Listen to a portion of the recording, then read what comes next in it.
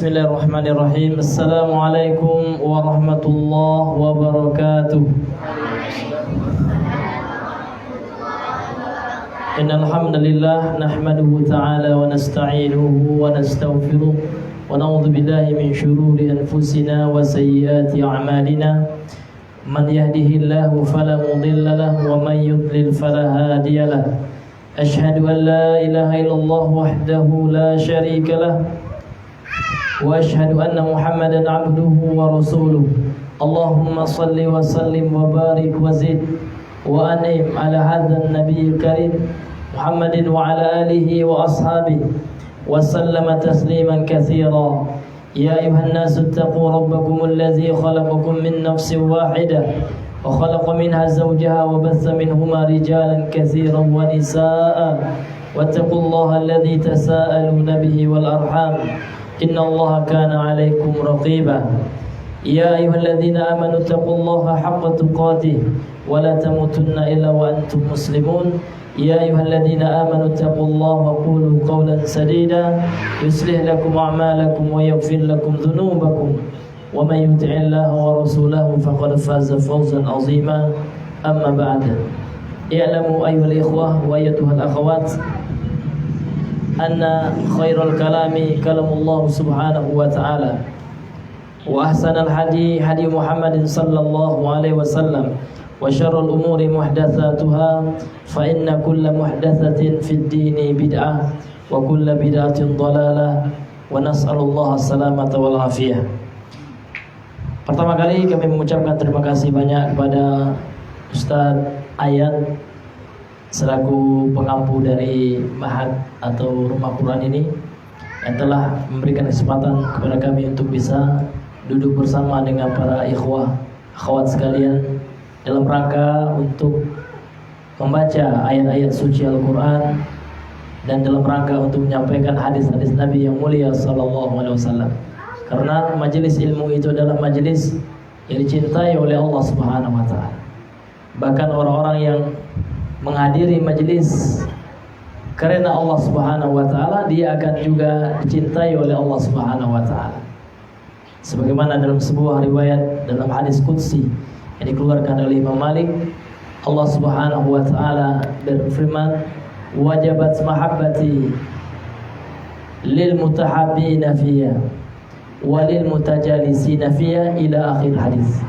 Kata Allah Subhanahu wa taala, wajabat mahabbati, maka sudah menjadi wajib seseorang mendapatkan kecintaanku. Di antaranya adalah disebutkan dalam hadis panjang ini, lil mutahabbina fiyya, bagi orang yang saling cinta, saling mengasihi karena aku, yaitu karena Allah Subhanahu wa taala, walil mutajalisina fiyya, dan orang yang saling bermajelis karena Allah Subhanahu wa taala. Semoga kita malam hari ini bermajelis karena Allah Subhanahu wa taala, tidak karena yang lain, ya, tidak karena masalah politik, tidak karena kepentingan dunia, semata-mata karena Allah Subhanahu wa taala. Kalau itu yang kita lakukan, insyaallah kita akan mendapatkan basyarah, kabar gembira dalam hadis qudsi ini, kita akan mendapatkan cinta Allah Subhanahu wa taala. Kemudian salawat dan salam kepada Nabi besar Nabi Muhammad sallallahu alaihi wasallam. Allahumma salli ala Muhammad wa ala ali Muhammad. Semoga kita selalu berselawat kepada beliau, karena kita diperintahkan oleh Allah untuk berselawat kepada Nabi besar Muhammad sallallahu alaihi wasallam, tentu dengan cara salawat yang diajarkan oleh manusia yang paling mengetahui dan paling bertakwa di permukaan bumi ini, yaitu yang mulia baginda Muhammad sallallahu alaihi wasallam. Bapak Ibu yang dirahmati oleh Allah Subhanahu wa taala, sebagaimana di dalam flyer yang sudah sampai kepada kami dan juga mungkin sudah disebarkan, yang mana pembahasan kita pada malam hari ini adalah tentang 3 kaidah atau 3 teori, 3 landasan di dalam memahami masalah tauhid, di dalam memahami masalah tauhid, yang kita ambil dari kitab Syarah Al-Qawaid Al-Arba'ah yang ditulis oleh Syekh Dr. Shalih Al-Fauzan hafizahullah ta'ala. Kenapa hadirin yang dimuliakan oleh Allah Subhanahu wa taala, kenapa kita harus selalu mempelajari tauhid? Karena tauhid ini hadirin yang dimuliakan oleh Allah Subhanahu wa taala adalah awalul wajibat. Karena tauhid ini adalah perkara yang pertama kali Allah wajibkan kepada umatnya. Allah belum mewajibkan kita untuk berpuasa, belum. Allah Subhanahu wa taala belum mewajibkan kita salat, menunaikan ibadah haji bagi yang mampu, berzakat. Namun yang pertama kali yang Allah Subhanahu wa taala wajibkan kepada kita, kepada setiap hambanya adalah mentauhidkan Allah Subhanahu wa taala. Maka kita tahu rukun Islam yang 5 itu. Apa yang pertama? Syahadatu an la ilaha illallah wa anna Muhammadan Rasulullah. Yang pertama adalah persaksian kita, pengakuan kita bahwa tidak ada ilah sesembahan yang berhak disembah secara benar kecuali Allah Subhanahu wa taala. Inilah kalimatut tauhid. Inilah kalimat tauhid yang selalu kita ucapkan ketika tasyahud akhir di dalam salat yang kita lakukan, dan tidak sah salat seseorang kalau seandainya dia tidak membaca ini. Ya, membaca asyhadu an la ilaha illallah wa asyhadu anna Muhammadan abduhu wa rasuluh. Inilah hadirin yang diberikan oleh Allah Subhanahu wa taala. Jadi mempelajari tauhid ini adalah hukumnya fardu ain. Bahkan tauhid juga adalah syartu sihhatil ibadah. Syarat sahnya ibadah seseorang adalah dengan mentauhidkan Allah Subhanahu wa taala. Sehingga kalau seandainya ada orang, maaf, ibadahnya luar biasa, salat 5 waktu ditambah salat sunnah, kemudian berzakat luar biasa ditambah dengan sedekah, namun ternyata dia tidak mentauhidkan Allah, dia berbuat syirik kepada Allah, dia mendatangi dukun misalkan, bertanya tentang dukun, mempercayai apa yang disampaikan oleh para peramal misalkan, maka apa yang terjadi hadirin yang dimuliakan oleh Allah Subhanahu wa taala? Maka akan sirna, tidak sah, Allah tidak menerima. Siapa yang mengatakan? Allah sendiri. Allah Subhanahu wa taala yang mengatakan. Allah mengatakan dalam Al-Qur'an surah Az-Zumar, "Qul uhiya ilaika wa ila alladziina min qablika la in asyrakta la yahbatanna 'amaluka wa la takunanna minal khasirin." Ya, Allah Subhanahu wa taala mengatakan, katakanlah wahai Muhammad, telah diwahyukan kepada engkau dan kepada para nabi sebelum engkau, la in asyrakta, kalau seandainya engkau saja yang berbuat syirik, dan nabi sungguh jauh daripada perbuatan syirik.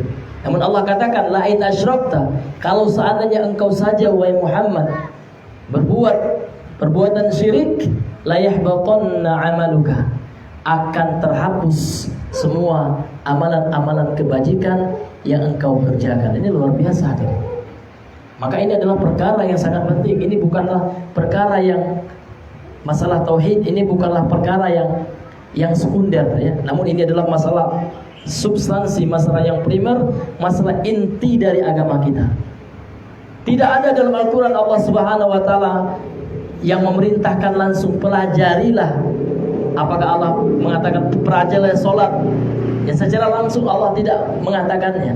Namun kita diperintahkan wajib untuk mempelajari salat. Namun apa yang Allah perintahkan secara langsung, secara sharih, secara teks dalam Al-Qur'an adalah mentauhidkan Allah Subhanahu wa taala. Allah mengatakan dalam surat yang sudah kita hafal semua, surah Muhammad ayat 19. Apa kata Allah Subhanahu wa taala? Fa'lam. Ini fi'il amr, perintah. Ilmuilah, kata Allah, pelajarilah, annahu la ilaha illallah, sesungguhnya tidak ada Tuhan, tidak ada sesembahan yang layak disembah secara benar kecuali Allah Subhanahu wa taala. Inilah hadirin yang dimuliakan oleh Allah Subhanahu wa taala. Banyak lagi kalau seandainya kita kupas bagaimana pentingnya mempelajari tauhid, dan yang terpenting adalah bagaimana mengamalkan tauhid di dalam kehidupan kita. Jadi dalam pembahasan ini kita akan membawakan intisari daripada syarah Qawaidul Arba' ya, syarah penjelasan 4 qawaid ya, 4 qawaid atau 4 kaidah landasan di dalam mempelajari tauhid. Kemudian kita baca matannya, yaitu daripada Syekh Muhammad At-Tamimi rahimahullahu taala. Beliau mengatakan, qala al-muallif rahimahullahu taala, wa nafa'ana Allah bihi wa bi ilmihi fid dharain. Berkata penulis yang semoga dirahmati oleh Allah Subhanahu wa taala, dan semoga Allah Subhanahu wa taala menjadikan ilmu beliau bermanfaat bagi kita dan bagi beliau fid dharain, dalam dunia dan akhirat. Bismillahirrahmanirrahim. Beliau mengawali dengan basmalah. Kemudian beliau mengatakan as'alullahal karima rabbal arsyil azim ayatawallaka fid dunya wal akhirati wa an yaj'alaka mubarakan aina ma kunta wa an yaj'alaka mimman idza u'tiya syakara wa idza butuliya sabara wa idza adnaba astaghfara fa inna haula'i thalath unwanus sa'adati. Kata beliau, as'alullahal karim, saya memohon kepada Allah zat yang maha mulia, Rabbal arsyil azim, Rabb yang menciptakan arsy yang mulia, ayatawallaka fid dunya wal akhirah, semoga dia Allah Subhanahu wa taala membimbingmu di dunia dan di akhirat, wa an yaj'alaka mubarakan, dan semoga Allah Subhanahu wa taala menjadikan engkau selalu berkahi aina ma kunta, di mana saja engkau berada, wa an yaj'alaka mimman idza u'tiya syakara, dan semoga Allah Subhanahu wa taala menjadikan engkau termasuk orang-orang yang apabila diberikan nikmat oleh Allah dia bersyukur, wa idza butuliya sabar, dan apabila dia diuji oleh Allah dia bersabar, diuji dengan sakit, diuji dengan berbagai musibah dia bersabar, wa idza adnaba istaghfara, dan apabila dia berbuat dosa dia beristighfar memohon ampun kepada Allah, fa inna haula'i unwanus sa'adah, sesungguhnya tiga hal ini adalah kunci kebahagiaan. Apa yang pertama tadi? Apabila diberi bersyukur. Mimman idza u'tiya syakara, di antara orang-orang yang apabila diberikan oleh Allah daripada nikmat. Setiap nikmat yang kita peroleh ini semuanya datang dari Allah. Ya, tidak ada satupun, Pak, dari nikmat itu datang dari kita pribadi, nggak ada. Kita hanya mengusahakannya saja. Jadi awak hanya ya sebagai sebabnya saja. Namun yang menciptakan sebab adalah Allah. Fama bikum min ni'matin faminallah. Tidak ada nikmat yang kalian dapatkan, yang kalian raih, melainkan datang dari Allah. Ini adalah orang yang bersyukur. Ya. Makanya Allah menjanjikan dalam Al-Qur'an, la in syakartum la azidannakum. Kalau seandainya kalian bersyukur, Allah akan tambah. Jadi bagaimana syukur seperti ini? Apabila diberikan nikmat kepada Allah dia bersyukur. Dan syukur tidak hanya diucapkan dengan alhamdulillah, namun syukur pertama kali harus diyakini dalam hatinya setiap nikmat yang dia dapatkan adalah dari Allah Subhanahu wa taala. Kemudian syukur tidak hanya diucapkan, namun syukur juga meliputi syukur bil arkan, bersyukur dengan anggota badan, bil jawarih. Ya kan, seperti apa? Seperti kita memanfaatkan setiap nikmat yang Allah berikan kepada kita untuk kebaikan. Berarti itu orang yang bersyukur. Jadi kalau ada orang yang Allah berikan nikmat, dan nikmat tidak hanya berupa uang, Pak. Jadi nikmat itu, Pak, rasaki itu indah piti saja dah. Karena pada zaman sekarang luar biasa, Pak. Orang sekarang melihat orang itu mulia atau tidak mulianya diukur ratonya, Pak. Ya kan? Seperti itu, Pak. Kita rasakan dalam kehidupan kita. Padahal di sisi Allah tidak itu dong. Yang orang yang mulia di sisi Allah, orang yang tinggi derajatnya di sisi Allah adalah orang yang paling bertakwa. Nah, kalau di masyarakat kan enggak banyak. Yang banyak pitinya itu yang disagani orang, ya kan? Namun itu adalah kacamata manusia. Namun kacamata Allah Subhanahu wa taala boleh jadi orang yang bansai, orang yang kekurangan harato, namun ketika dia adalah orang-orang yang taat kepada Allah, dia orang yang bersemangat melaksanakan perintah Allah, dia menjauhi larangan Allah, dia melaksanakan ibadah ikhlas hanya untuk Allah. Inilah kata Allah, inna akramakum indallahi atqakum. Orang yang paling mulia di sisi Allah adalah orang yang paling bertakwa. Bukan orang yang paling ganteng, yang paling cantik, tidak. Ya kan? Yang paling banyak hartanya, tidak.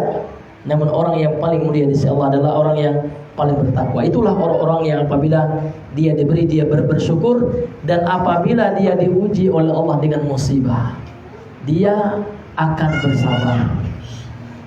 Dan musibah ini tidak hanya dalam perkara yang buruk, ya kan?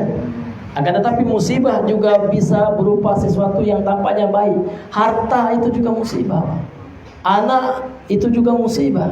Itu juga ujian yang akan Allah timpakan kepada kita. Allah Subhanahu wa taala terkadang memberikan kepada kita musibah berupa keburukan. Kita mampu, ya, kita mampu bersabar. Namun terkadang ketika Allah berikan kepada kita ujian berupa harta, terkadang kita tidak bersabar, sehingga harta itu bisa membuat kita lupa dan lalai. Betapa banyak orang yang punya harta menjadi kikir, tidak mau mengeluarkan zakat hartanya, padahal sudah mencapai nisabnya, ya kan? Betapa banyak orang yang berharta membuat dia menjadi congkak, membuatnya sombong, Pak, takabur. Inyo menyangku inyolah orang yang paling hebat, ya, seolah-olah sadunya tabali dengan jobitinya. Maka jangan seperti itu, Bapak Ibu yang dirahmati Allah, karena uang yang Allah titipkan kepada kita berupa materi ini juga luar biasa, ya, cobaan yang disisi Allah Subhanahu wa taala. Kemudian apabila dia berbuat dosa, maka dia beristighfar kepada Allah Subhanahu wa taala. Karena setiap awakun tidak ada yang sempurna, Pak. Kecuali Nabi saja tidak ada yang maksum. Kecuali Nabi saja yang maksum. Maksum itu artinya yang bebas dari dosa. Yang tidak pernah berbuat dosa itu Nabi saja. Ya.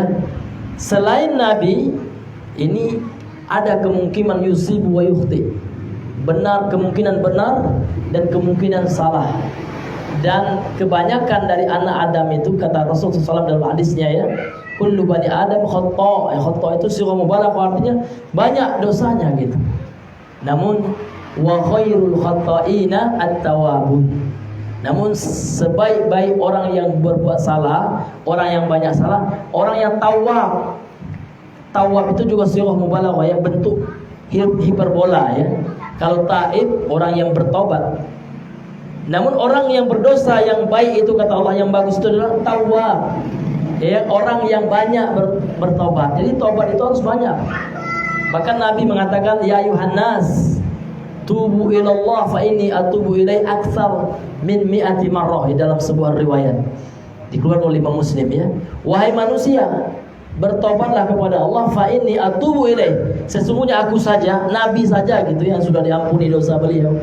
Lah barasil dan Nabi itu, ya kan, telah diampuni dosa beliau. Beliau saja mengatakan, sesungguhnya aku saja, Nabi saja bertobat, Bapak Ibu, setiap hari tidak kurang dari 100 kali. Itu Nabi, Pak. Nabi tidak ada badan dosanya telah diampuni oleh Allah. Nabi saja yang tidak berdosa, lah batobe aja kira-kira juga pokoknya Pak, yang banyak berbuat berdosa. Makanya orang yang bertobat itu adalah orang, ciri-cirinya yang akan mendapatkan unwan sa'adah, tanda-tanda orang yang akan mendapatkan kebahagiaan di dunia dan akhirat. Jadi kalau ada orang nyuruh kita bertobat, bagus. Tapi sekarang kan enggak berangnya juga wah kan. Tobat anglai ya, berangnya juga. Oh, aku nyuruh dan tobat siang ya gitu. Padahal taubat itu Masya Allah ibadah luar biasa, Pak. Ibadah yang Allah cintai. Innallaha yuhibbut tawwabin. Allah mencintai orang yang bertobat gitu. Nah, kita menyuruh orang untuk melakukan perkara yang Allah cintai. Kenapa kita mesti marah gitu, Pak? Inilah hadirin yang dimuliakan oleh Allah Subhanahu wa taala.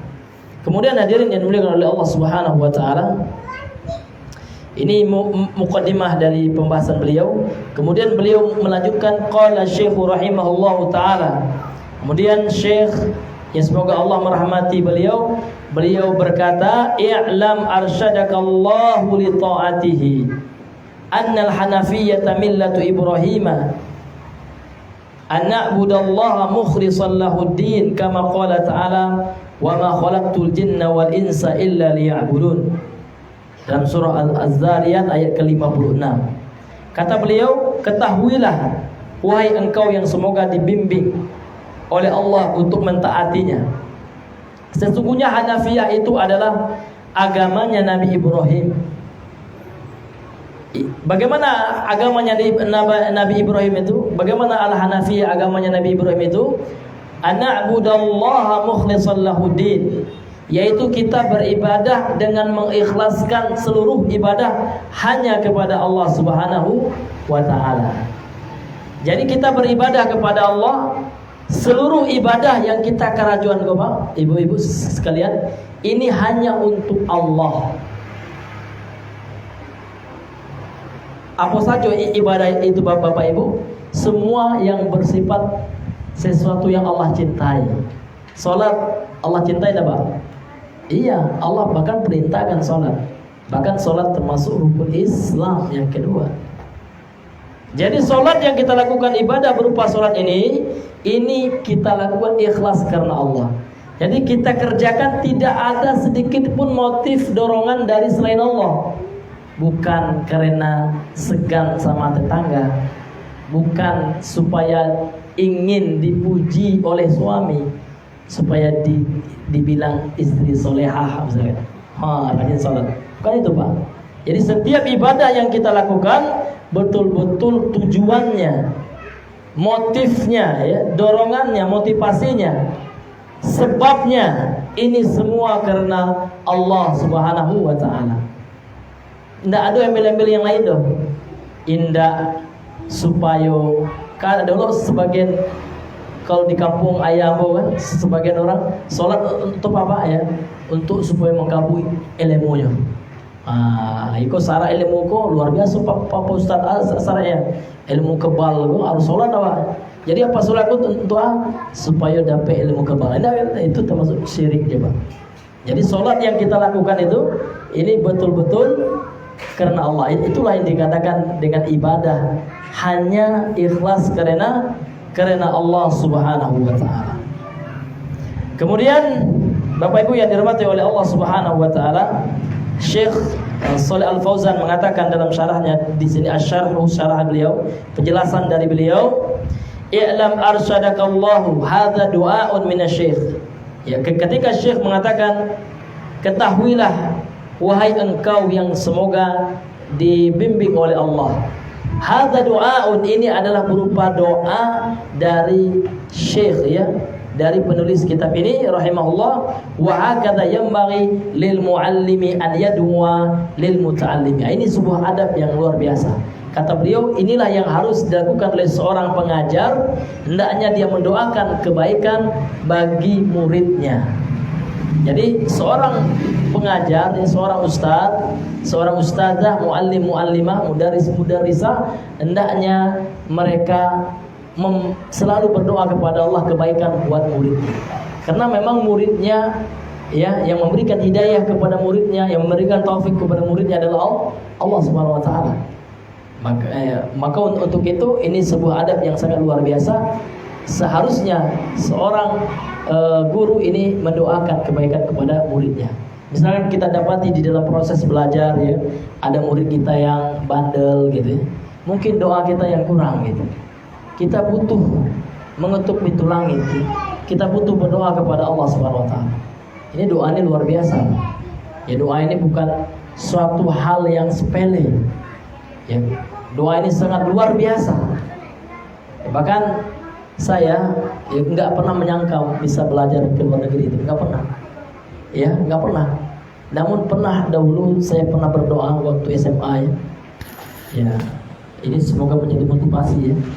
Saya berdoa kepada Allah Subhanahu wa taala, ya semoga saya bisa belajar ke Timur Tengah. Padahal waktu itu saya sekolahnya 10 umum. Ya kan jurusan IPA gitu ya. Tapi ada waktu itu kebetulan sudah, alhamdulillah, bukan kebetulan ya, alhamdulillah Allah Subhanahu wa taala waktu itu berikan hidayah untuk bisa sholat ya. Bahkan saya ingin untuk bisa menyampaikan juga agama Allah gitu. Karena pahalanya luar biasa. Satu kata, satu kalimat yang kita ucapkan, yang kita sampaikan dari Al-Quran itu luar biasa. Kalau diamalkan oleh orang ya, maka selama orang itu mengamalkannya, kita akan selalu mendapatkan pahalanya. Itu luar biasa. Maka baru saya rasakan dikabulkan oleh Allah Subhanahu wa taala. Saya nggak pernah menyangka gitu ya, akan dikabulkan oleh Allah. Tidak pernah terbayang jalannya seperti apa. Namun Allah Subhanahu wa taala adalah Maha Pengabul doa gitu kan. Dan Allah yang menyuruh kita untuk berdoa gitu. Wa qala rabbukum ud'uni astajib lakum. Ya, wa qala rabbukum ud'uni, ini fi'il perintah dari Allah. Allah mengatakan, ya kan, telah berfirman Rabb kalian Allah, ud'uni, Allah sendiri yang menyuruh kita berdoa gitu. Berdoalah kepadaku, niscaya akan aku kabulkan. Maka jangan menganggap doa kita itu mustahil lah ia akan dikabulkan. Jangan, Pak. Kita harus yakin Allah mengabulkan seluruh doa selama doa itu baik, ya. Nah, kecuali doa yang mengandung kemaksiatan, dan tentu itu tidak boleh kita lakukan. Namun selama doa itu baik, ya kan, apapun yang akan kita minta, insya Allah kita ikhlas karena Allah, insya Allah akan ada jalan nanti. Allah akan kabulkan doa kita tersebut. Luar biasa. Ini ya sebuah adab yang luar biasa, kata Syekh Shalih Al Fauzan rahimahullah taala. Li ta'ati, ya. Semoga Allah membimbingmu untuk mentaatinya. Wa ta'atullahi ma'naha, yang dimaksud dengan taat kepada Allah itu maknanya adalah, kata beliau, imtithalu awamiri wajtinabu nawahi. Yang dimaksud dengan taat itu adalah melaksanakan perintah-perintah Allah dan menjauhi larangan-larangan Allah Subhanahu wa taala. Dan ini juga definisi dari takwa. Ada beberapa pengertian makna dari takwa, di antaranya itu takwa itu adalah melaksanakan apa yang Allah perintahkan dan menjauhi apa yang dilarang oleh Allah. Jadi ukuran tinggi atau tidak tingginya ketakwaan awak ini seberapa besar perintah Allah yang telah kita lakukan dalam kehidupan kita. Ya, ini akan mempengaruhi kualitas ketakwaan awak. Jadi orang yang mulia di sisi Allah itu paling bertakwa. Artinya orang yang paling banyak melaksanakan perintah Allah, baik itu perintahnya yang berupa kewajiban, ya, maupun perintahnya yang berupa sesuatu yang berupa perkara yang sunnah, mustahab. Dan seberapa besar dia menjauhi larangan Allah, baik itu larangan Allah yang berupa sesuatu yang ditekankan, diharuskan untuk ditinggalkan, yang haram, atau larangan yang dianjurkan untuk ditinggalkan, yaitu yang makruh. Nah, ini. Nah, seberapa besar kita melakukan ini, melaksanakan perintah Allah, baik itu yang wajib maupun yang sunnah, meninggalkan larangan Allah, baik itu yang haram maupun yang makruh. Nah, maka itulah yang membedakan kita di sisi Allah dengan teman kita. Nah, itulah orang yang bertakwa itu. Maka hadirin yang dimuliakan Allah, orang soleh itu mereka terkadang meninggalkan perkara hukum asalnya mubah karena khawatir jatuh kepada perkara yang haram. Ya. Ini kriteria orang yang soleh, ya. Orang-orang yang betul-betul soleh. Sehingga mereka terkadang meninggalkan perkara yang mubah. Namun kalau seandainya dia lakukan yang mubah ini, dia khawatir dia akan terjatuh kepada perkara yang haram. Makanya Nabi mengatakan, min husni islami mar'i tarkuhu ma la ya'ni. Di antara baiknya Islam seseorang meninggalkan satu yang bermanfaat. Ya, meskipun yang enggak bermanfaat ini terkadang mubah, main game misalnya. Waalaikumsalam. Main game, terkadang ada game itu yang mubah, ya. Namun seorang meninggalkannya karena enggak ada nilainya gitu. Nah, kalau dia tinggalkan yang mubah ini, dia ganti dengan yang sunnah, ini luar biasa. Dia ucapkan saja, ketimbang dia main game, dia ganti itu dengan mengucapkan subhanallah walhamdulillah wala ilaha illallah. Itu luar biasa. Ini ahabul kalami ilallah arba'ah. Dalam hadis sahih Al-Bukhari, ahabul kalami indallah arba'atun. Subhanallah walhamdulillah walhamdulillah wala ilaha illallah. Empat ini yang Allah cintai. Artinya kalau Allah cintai, kalau kita lakukan sunnah, dapat pahala. Atau dia ucapkan subhanallah wa bihamdihi subhanallahil azim. Ya, ketimbang dia ya nonton malam, orang terkadang malam-malam mampu bangun, ya, nonton pertandingan sepak bola Liga Inggris, Liga Prancis, ya. Padahal itu nggak ada manfaatnya sebenarnya. Tapi kan enak Ustaz, kan hobi kita tersalurkan. Cari hobi-hobi yang akan bernilai pahala, gitu. Karena setiap detik ini Pak dicatat. Bertambahnya usia kita bukan berarti bertambah usia kita, enggak. Namun ketika bertambah usia kita, ini berarti kadar usia untuk kita hidup di dunia ini sudah berkurang. Jadi jangan sampai terbuangnya waktu kita setiap detiknya enggak ada nilainya di sisi Allah Subhanahu wa taala. Sekarang santri-santri, ya kan, para thalib dan thalibat yang belajar Al-Qur'an ini, subhanallah. Ya, setiap antum semuanya memurojaah hafalannya, ini luar biasa ya. Ya, ini akan setiap kali dia baca ikhlas karena Allah, dia akan mendapatkan setiap huruf yang dibaca di Al-Quran pahalanya, ini luar biasa. Ya, ketimbang daripada kita melakukan perbuatan-perbuatan meskipun hukum asalnya mubah. Ya, namun yang mubah ini melalaikan kita dari yang sunnah, rugi. Ya kan, rugi karena setiap hari malaikat akan setiap mencatat, gak pernah lupa malaikat itu. Detik-detik yang kita lalui ini ada catatannya, Pak. Ya, semuanya lengkap. Maka untuk itu jangan pernah kita menyia-nyiakan waktu kita. Isi waktu kita dengan ibadah. Ya kan, enggak ada kerjaan zikir. Ada zikir-zikir mutlak ya, yang tidak ada batas jumlah yang tertentu. Zikir dengan seperti itu. Subhanallah walhamdulillah wallahu akbar. Ini akan menimbulkan pahala yang luar biasa. Kita nggak tahu dari arah mana Allah akan memberikan kita pahala dan menjadikan pahala itu sebab kita masuk surga, kan nggak tahu kita.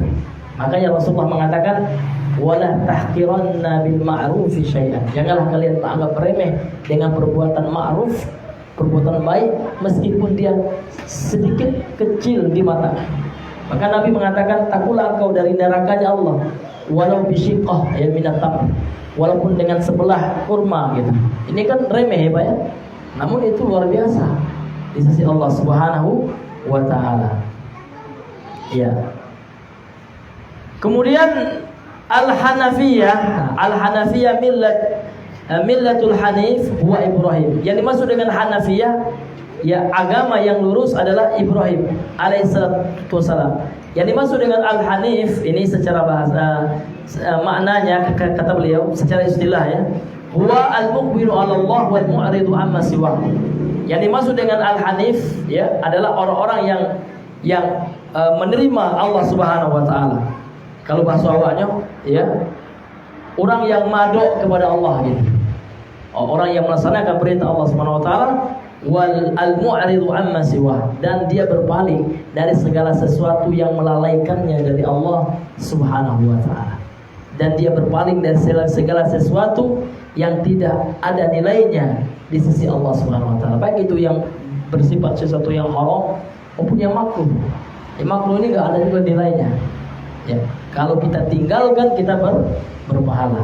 Ini hadirin yang dimuliakan oleh Allah Subhanahu wa taala. Kemudian ya kita lanjutkan. Qala Syekhu, kemudian beliau berkata, fa iza arafta anna Allah khalaqaka li ibadatihi fa'lam anna al-ibadata la tusamma ibadatun illa ma'at tauhid. Apabila engkau mengetahui bahwasanya Allah Subhanahu wa taala telah menciptakanmu untuk beribadah kepadanya. Ya, pada perkataan beliau yang sebelumnya beliau membawakan firman Allah Subhanahu wa taala, wa ma khalaqtul jinna illa wal insa illa liya'budun, surah Az-Zariyat ayat 56 ya.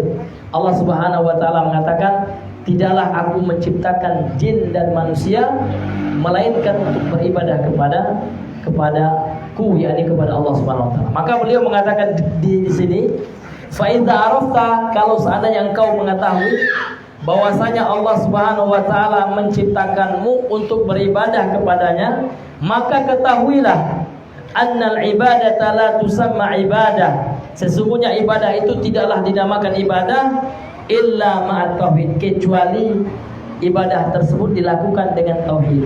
Artinya apa Pak? Salat yang kita lakukan itu atas dasar tauhid. Bagaimana maksudnya? Maksudnya orang yang sholat itu mestilah dia harus mentauhidkan Allah. Di mana kita tahu orang itu mentauhidkan Allah? Dengan perbuatan dan kalau hati hanya Allah ya, dengan perbuatan zahirnya. Bagaimana buktinya? Dia tidak melakukan syirik. Berarti dia bertauhid. Orang yang bertauhid berarti tidak berbuat syirik. Orang yang bertauhid berarti tidak berbuat syirik. Jadi ibadah tidaklah dinamakan itu adalah sebuah ibadah kecuali ibadah itu dilakukan oleh orang-orang yang bertauhid. Berarti ibadah yang dilakukan oleh orang-orang yang tidak bertauhid, dalam artian kata orang yang berbuat syirik, maka ibadahnya tidak dinamakan ibadah karena tidak sah gitu. Karena syarat Allah menerima sebuah ibadah seseorang itu adalah apabila ibadah itu dilakukan dengan mentauhidkan Allah. Artinya dia mengikhlaskan seluruh ibadahnya kepada Allah Subhanahu wa ta'ala. Kemudian beliau melanjutkan, fa idza arafta anna Allah khalaqaka li ibadatihi. Ya, ini yang tadi ya. Kemudian beliau melanjutkan, qala syekhu fa idza arafta anna syirka idza khalaqa ibadata afsadaha wa ahbata al-amala wa sara sahibuhu minal khalidina fin nari arafta anna ya wa arafta anna ahamma ma 'alaika ma'rifatu dzalika la'alla Allah an yukhlisaka min hadhihi syabakati wa hiya syirku billahi alladhi qala Allah fihi inna Allah la yaghfiru an yushraka bihi wa yaghfiru ma duna dzalika liman yasha. Kata beliau, fa idza arafta, kalau seandainya engkau telah mengetahui anna syirka idza khalaqa ibadah, kalau seandainya syirik itu sudah mencampuri ibadah, sudah masuk ke dalam sebuah ibadah, afsadaha, maka syirik tersebut akan merusak ibadah tersebut, wa ahbatal amal, dan akan menghapus amal dari ibadah yang dilakukan tersebut, wasara sahibuhu, sehingga pelakunya minal khalidina finnar, na'udzubillah min dzalik, akan menjadi orang-orang yang kekal di neraka. Arafta anna ahma ma 'alaika, sehingga engkau telah mengetahui sesuatu yang penting yang wajib engkau lakukan, yang wajib engkau amalkan, dan termasuk yang wajib engkau pelajari, ma'rifatu dzalika, yaitu mengetahui, mempelajari hal itu.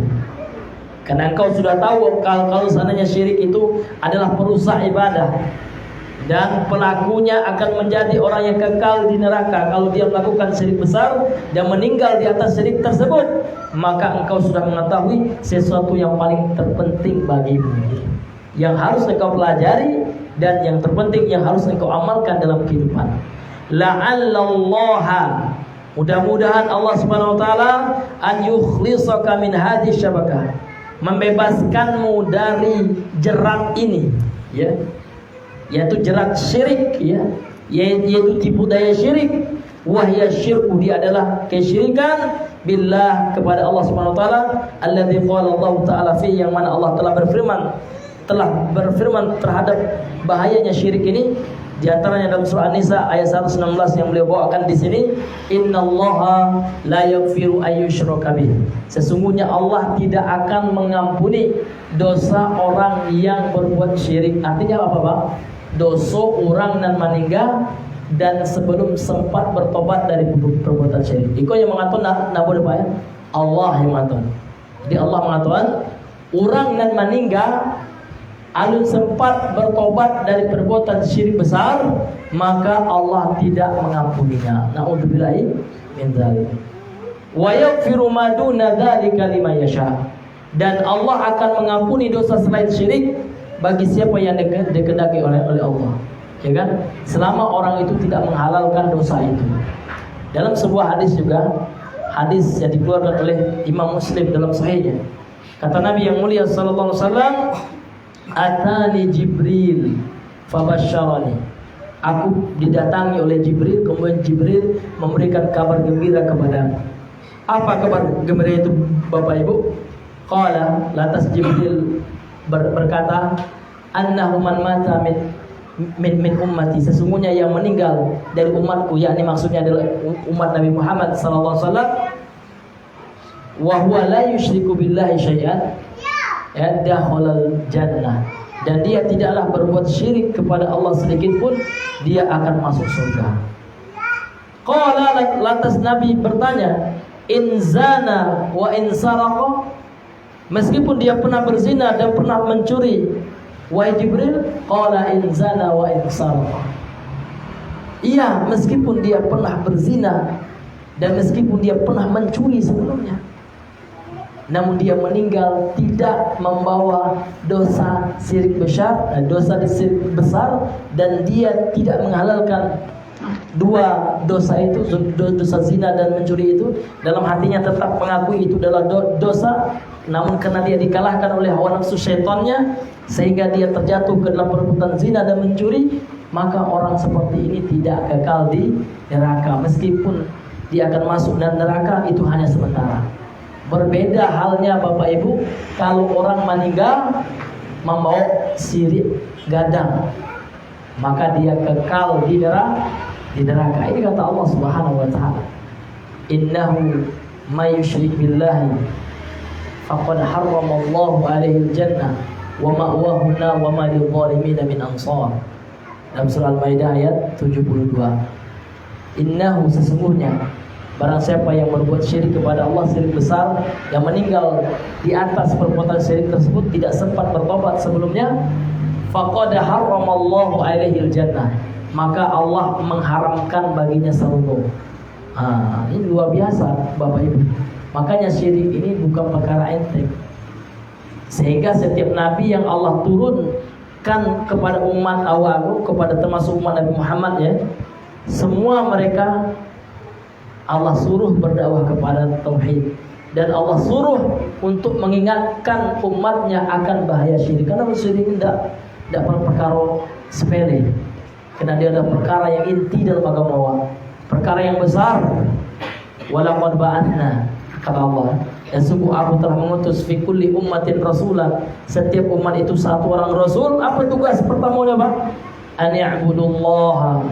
Setiap rasul itu Allah suruh mengajak umatnya untuk beribadah kepada Allah saja, wajtanibut taghut, dan supaya mengajak umatnya untuk menjauhi segala sesuatu yang Allah sembah selain Allah, itu tauhid.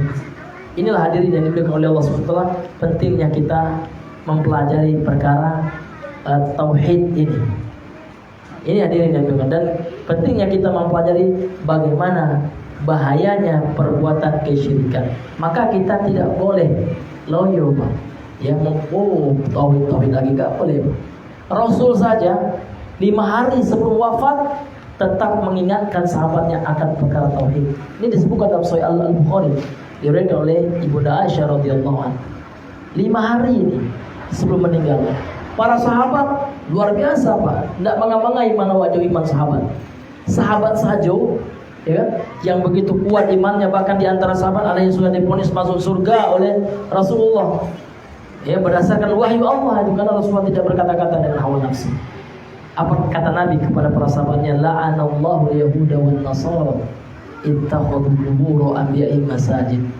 Allah melaknat Yahudi dan Nasrani yang mana mereka menjadikan kuburan para nabi mereka sebagai tempat beribadah, sujud ke kuburan, meminta ke kuburan. Nah, ini perkara tauhid ini, ya kan, yang bisa merusak tauhid seseorang.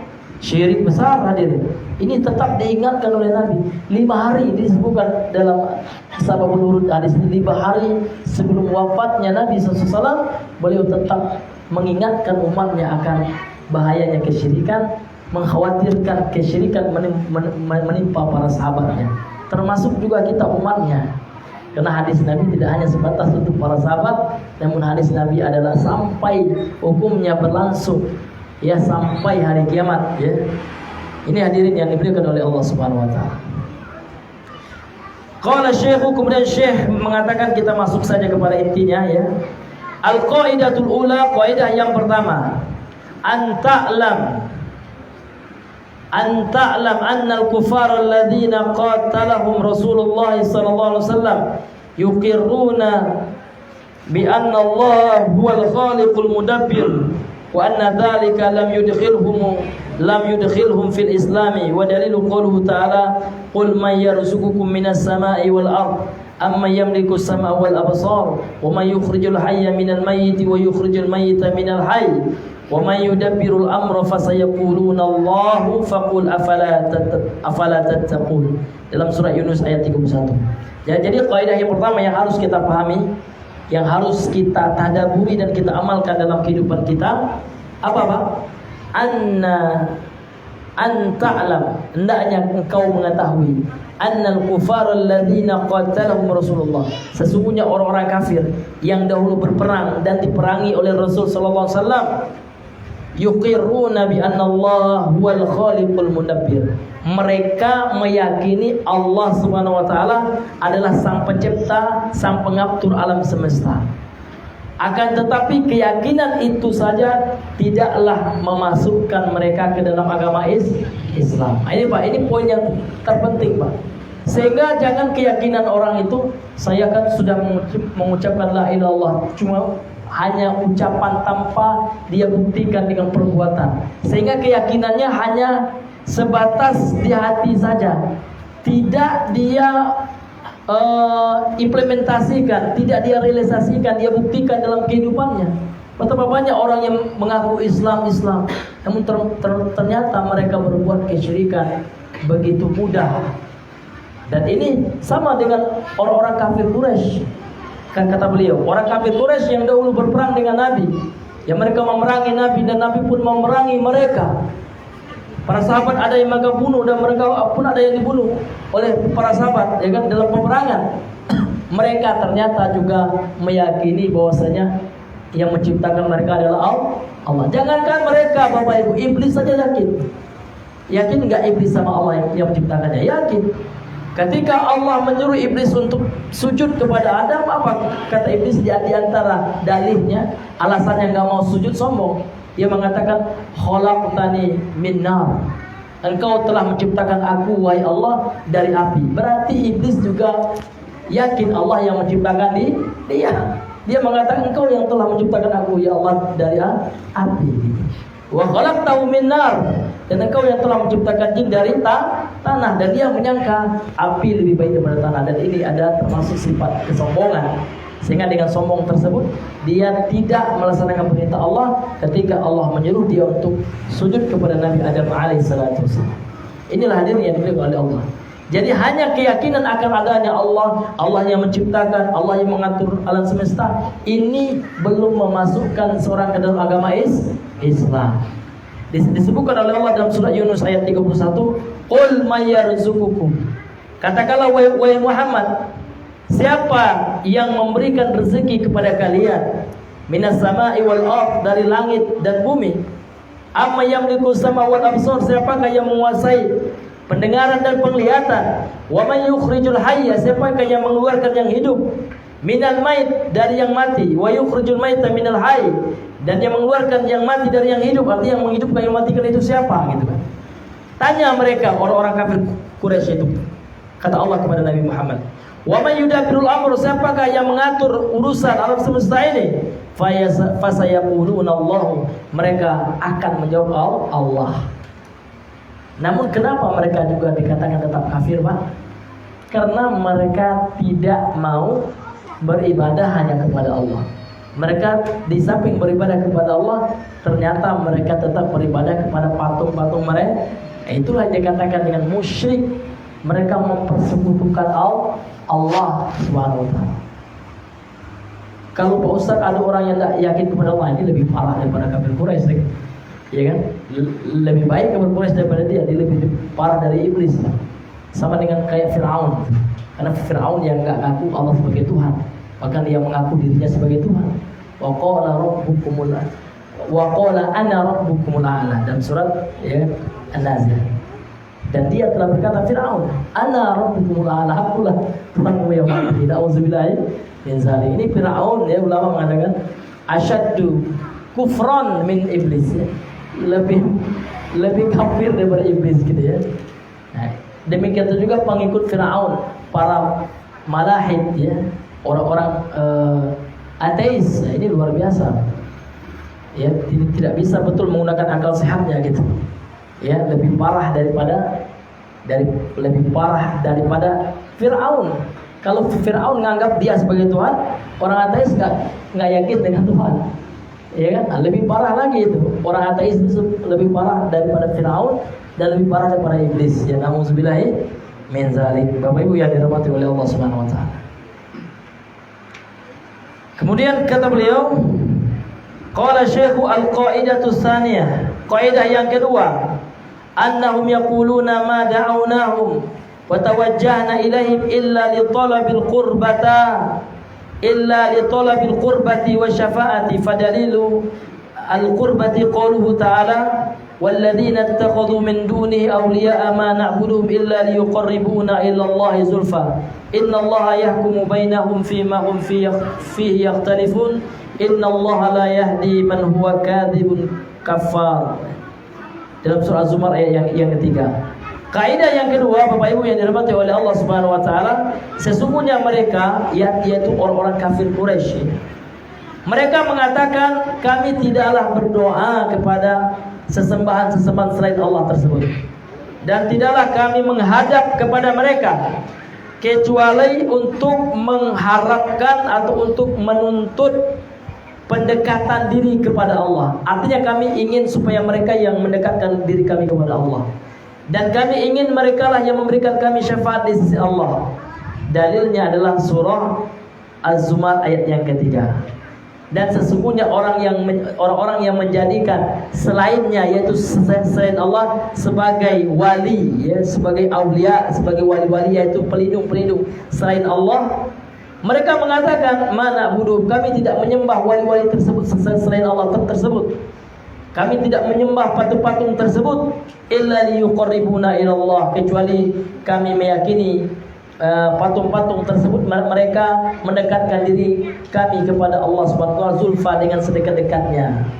Innallaha yahkumu bainahum, sesungguhnya Allah akan menghukum, ya, sebagai hakim yang akan memutuskan apa yang mereka perselisihkan. Fi ma hum fi yakhtalifun, innallaha la yahdi man huwa kadzibun, sesungguhnya Allah tidaklah memberikan petunjuk bagi pendusta dan bagi orang-orang kafir. Jadi dalam ayat ini, ya kan, orang-orang kafir Quraisy pada zaman dahulu, Bapak Ibu yang dirahmati oleh Allah Subhanahu wa taala, mereka beralasan ketika dikatakan kenapa kalian menyembah patung-patung, mereka mengatakan enggak, kami tidak menyembah mereka, tidak, kami enggak minta sebenarnya kepada patung-patung itu.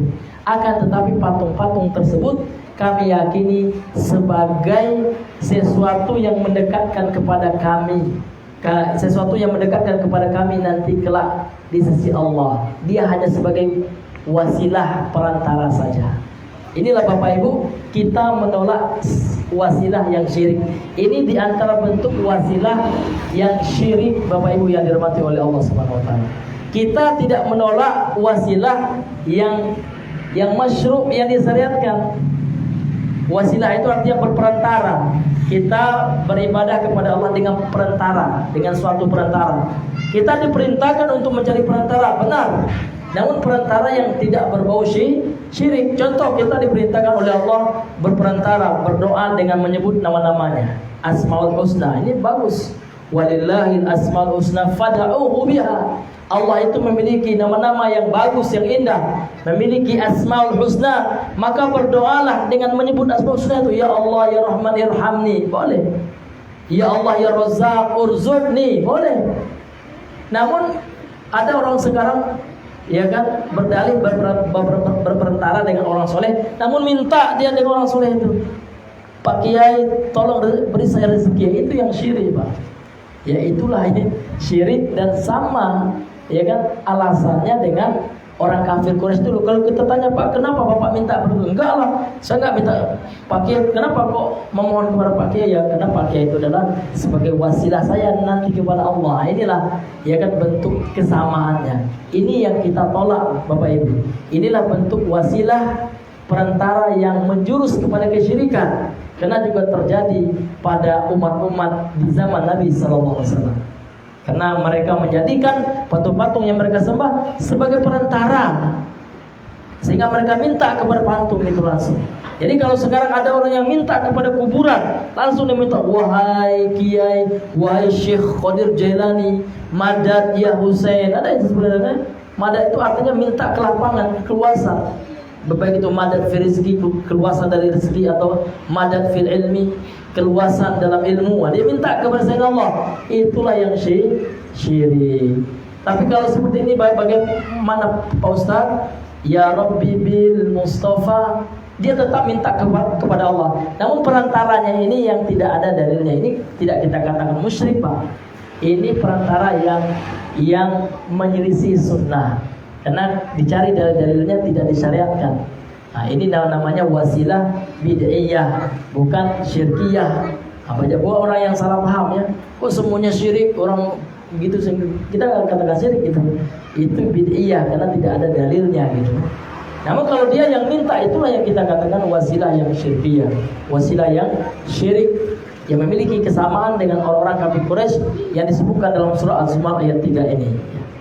Kemudian Bapak Ibu yang dirahmati oleh Allah Subhanahu wa taala, walihada qala Syekh rahimahullah, kemudian Syekh oleh sebab ini karena itu Syekh rahimahullah mengatakan wa dalilu syafaati qauluhu ta'ala, dan dalil syafaat syafaat itu ada yang manfiyah ya, ada syafaat yang tertolak, ada syafaat yang musbitah ya, yang diterima, musbatah yang ditetapkan gitu.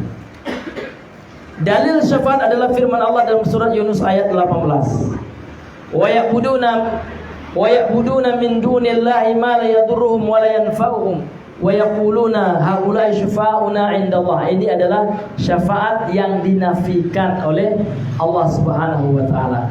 Wa ya'buduna min dunillah, mereka beribadah menyembah kepada selain Allah, malah yadurhum, kepada sesuatu yang tidak akan bisa mendatangkan mudarat kepada mereka, wala yanfa'uhum, dan tidak akan bisa mendatangkan manfaat kepada mereka. Akan tetapi mereka ngaku-ngaku mereka itulah pemberi syafaat di sisi Allah, padahal nggak bisa mendatangkan apapun, karena itu adalah sesembahan selain Allah. Ini namanya syafaat yang manfiyah. Inilah syafaat yang ditolak. Iya. Kemudian ada pula syafaat yang diterima, Pak. Ya. Wa syafa'atun musbatatun, ya. Syafaat yang diterima.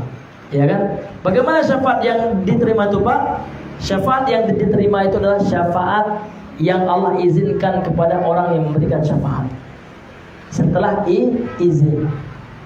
Ya, dan syafaat yang telah ada ketentuannya dalam syariat kita. Tetap kita minta syafaat kepada Allah. Namun Allah menetapkan ada beberapa makhluknya dengan izin Allah. Ya kan, sudah Allah jelaskan dalam Al-Quran, dijelaskan oleh Nabi-Nya melalui hadis-hadisnya yang sahih, bahwa akan ada nantinya makhluk sesuatu yang bisa mendatangkan syafaat seperti Nabi Muhammad. Dengan izin Allah, Nabi Muhammad kelak bisa memberikan syafaat kepada umatnya. Ya, kepada umatnya. Berarti itu adalah satu yang diizinkan oleh Allah Subhanahu wa taala. Kemudian beliau mengatakan di sini, fa syafa'atul manfiyatu ma kanat tutlabu min ghairillahi fi ma la yaqdiru alaihi illallahu wa dalilu qaulu ta'ala. Dan yang dimaksud dengan syafaat yang dinafikan, yang tertolak, adalah syafaat yang diminta kepada selain Allah. Kita tetap minta syafaat kepada siapa? Kepada Allah. Karena Allah lah yang mengizinkan kepada Nabi Muhammad SAW untuk memberikan syafaat kepada umatnya. Fima la yaqdiru alaihi illallah, terhadap sesuatu yang tidak mampu atasnya kecuali hanya mampu dilakukan oleh Allah. Maka tidak boleh kita minta kepada selain Allah, karena Allah yang mampu melakukannya. Selain Allah nggak mampu gitu. Wa dalilu qaulu ta'ala, dalilnya adalah firman Allah Subhanahu wa taala, ya ayyuhalladzina amanu anfiqu mimma razaqnakum min qabli ayyatiya yaumun la bai'un fihi wala khullah wala syafa'atun wal kafiruna humuz zalimun. Wahai orang-orang yang beriman, kata Allah, anfiqu, berinfaklah, mimma razaqnakum, terhadap apa yang telah kami rezekikan kepada kalian, min qabli ayyatiya yaumun, sebelum datangnya suatu hari, yaitu hari kiamat, la bai'un fi, tidak ada lagi faedah jual beli di dalamnya, wala khullah, persahabatan juga enggak ada, wala syafa'ah, syafaat pun juga tidak ada gitu ya. Artinya syafaat yang Allah nafikan, yang Allah tiadakan di sini adalah syafaat yang diminta kepada selain Allah. Syafaat yang diminta kepada sesuatu yang tidak mampu melakukannya kecuali Allah Subhanahu wa taala. Ya. Kemudian beliau mengatakan wa syafa'atul musbatatu yallati tutlabu min Allah, dan syafaat yang Allah tetapkan yang diterima dalam agama kita. Jadi kita tidak secara mutlak menafikan syafaat. Ada syafaat yang musbatah yang memang ditetapkan dalam agama kita. Bagaimana? Yallati tutlabu min Allah, yaitu syafaat yang diminta dari Allah. Kita minta syafaat itu kepada Allah. Wasyafi'u mukramun bisyafa'ah, kemudian yang memberikan syafaat itu Allah berikan kemuliaan dengan syafaat yang Allah izinkan baginya. Wal masyfu'u lahu man radiyallahu qawlahu wa amalahu ba'da al-idzni kama qala ta'ala man dzalladzi yashfa'u indahu illa bi'idznih. Kemudian orang yang diberikan syafaat adalah orang yang Allah ridhoi perkataannya dan amalannya setelah Allah izinkan, sebagaimana firman Allah dalam surat dan ayat kursi ya, surah 255 dari surah Al-Baqarah. Allah mengatakan man dzalladzi yashfa'u indahu illa bi'idznih. Siapa ya kan yang bisa memberikan syafaat di sisi Allah kecuali, artinya nggak ada yang bisa gitu, kecuali illa bi'idznih, kecuali dengan izinnya Allah. Ini dalil yang jelas yang bisa kita ambil pelajaran bahwasanya syafaat yang kita minta itu tidak akan bisa terrealisasi, tidak akan bisa kita dapatkan kecuali setelah diizinkan oleh Allah. Maka kita minta sama Allah, Pak. Ya bukan kita minta ya kan sama batu ya, atau kita minta kepada selain Allah Subhanahu wa taala. Kita minta kepada Allah Subhanahu wa taala. Ya Allah ya, tolong ya izinkan kepada Rasulullah supaya aku termasuk hamba-hamba yang mendapatkan syafaatnya kelak di akhirat. Tetap kita tidak lupakan Allah. Kita minta kepada Allah Subhanahu wa taala. Bahkan yang lainnya seperti Al-Qur'an juga. Iqra'ul Qur'ana fa innahu ya'ti yaumil qiyamati syafi'an li ashabihi. Bacalah Al-Qur'an, sesungguhnya dia akan datang pada hari kiamat dengan izin Allah menjadi pemberi syafaat bagi orang yang membacanya. Ulama mengatakan nggak hanya sekedar membacanya di sini, karena yang terpenting di sini juga adalah yang mengamalkan Al-Qur'an tersebut. Karena Al-Qur'an itu bisa menjadi hujjatun 'alaika walaka. Al-Quran bisa menjadi bumerang bagimu. Hujjatun 'alaika, akan bisa menjadi bumerang bagimu. Boleh jadi kena Al-Quran kau masuk neraka, itu maksudnya. Dan boleh jadi Al-Quran kalau engkau tunaikan haknya, kau baca ikhlaskan karena Allah, amalkan ketentuannya, boleh jadi menjadi hujjatun laka. Hujah yang akan menyelamatkan, bukan hujah yang akan menyerahkan gitu. Ini luar biasa ya. Pentingnya kita ikhlas. Ini bagian daripada tauhid ya. Ikhlas ibadah itu tauhid ya. Tauhidul ibadah, mengikhlaskan seluruh ibadah kita karena Allah Subhanahu wa taala. Al-qaidatu tsalitsatu, kaidah yang ketiga. Anna Nabiyya sallallahu alaihi wasallam dhahara ala unasin mutafarriqina fi ibadatihim minhum man ya'budul malaikata wa minhum man ya'budul anbiya'a was salihin wa minhum man ya'budul ahjar wal ashjar wa minhum man ya'budul syamsa wal qamar wa qatalahum Rasulullah sallallahu alaihi wasallam wa lam yufarriq bainahum wad dalilu qawluhu ta'ala wa qatiluhum hatta la takunu fitnatun wa yakunu ad-dinu kulluhu lillah. Dalam surah Al-Anfal ayat 29. Wa dalilu qawluhu ta'ala wa qatiluhum hatta la takunu fitnatun wa yakuna ad-dinu kulluhu lillah. Surah Al-Anfal ayat 29. Kata beliau, kaidah yang ketiga, ya Bapak Ibu yang dirahmati oleh Allah Subhanahu wa taala, sesungguhnya Nabi sallallahu alaihi wasallam itu Allah utus pada manusia, sekelompok manusia yang mereka berbeda-beda dalam beribadah kepada sesembahan-sesembahan mereka. Artinya mereka adalah kaum musyrikin, orang-orang yang mempersekutukan Allah dan banyak menyembah Tuhan-Tuhan yang lain selain Allah Subhanahu wa taala. Minhum man ya'budul malaikah, di antara mereka ada yang menyembah malaikat. Jadi ada orang-orang kafir Quraisy itu yang menyembah malaikat. Wa minhum man ya'budul anbiya, ada juga yang menyembah para nabi. Wassalihin, dan menyembah orang-orang soleh. Wa minhum man ya'budul ahjar, dan di antara mereka ada yang menyembah batu-batu, bebatuan. Wal asjar, ada yang menyembah ya kan tumbuh-tumbuhan, ya pepohonan. Wa minhum man ya'budu syamsa wal qamar, di antara mereka juga ada yang menyembah matahari dan bulan. Dan Nabi sallallahu alaihi wasallam ya kan memerangi mereka.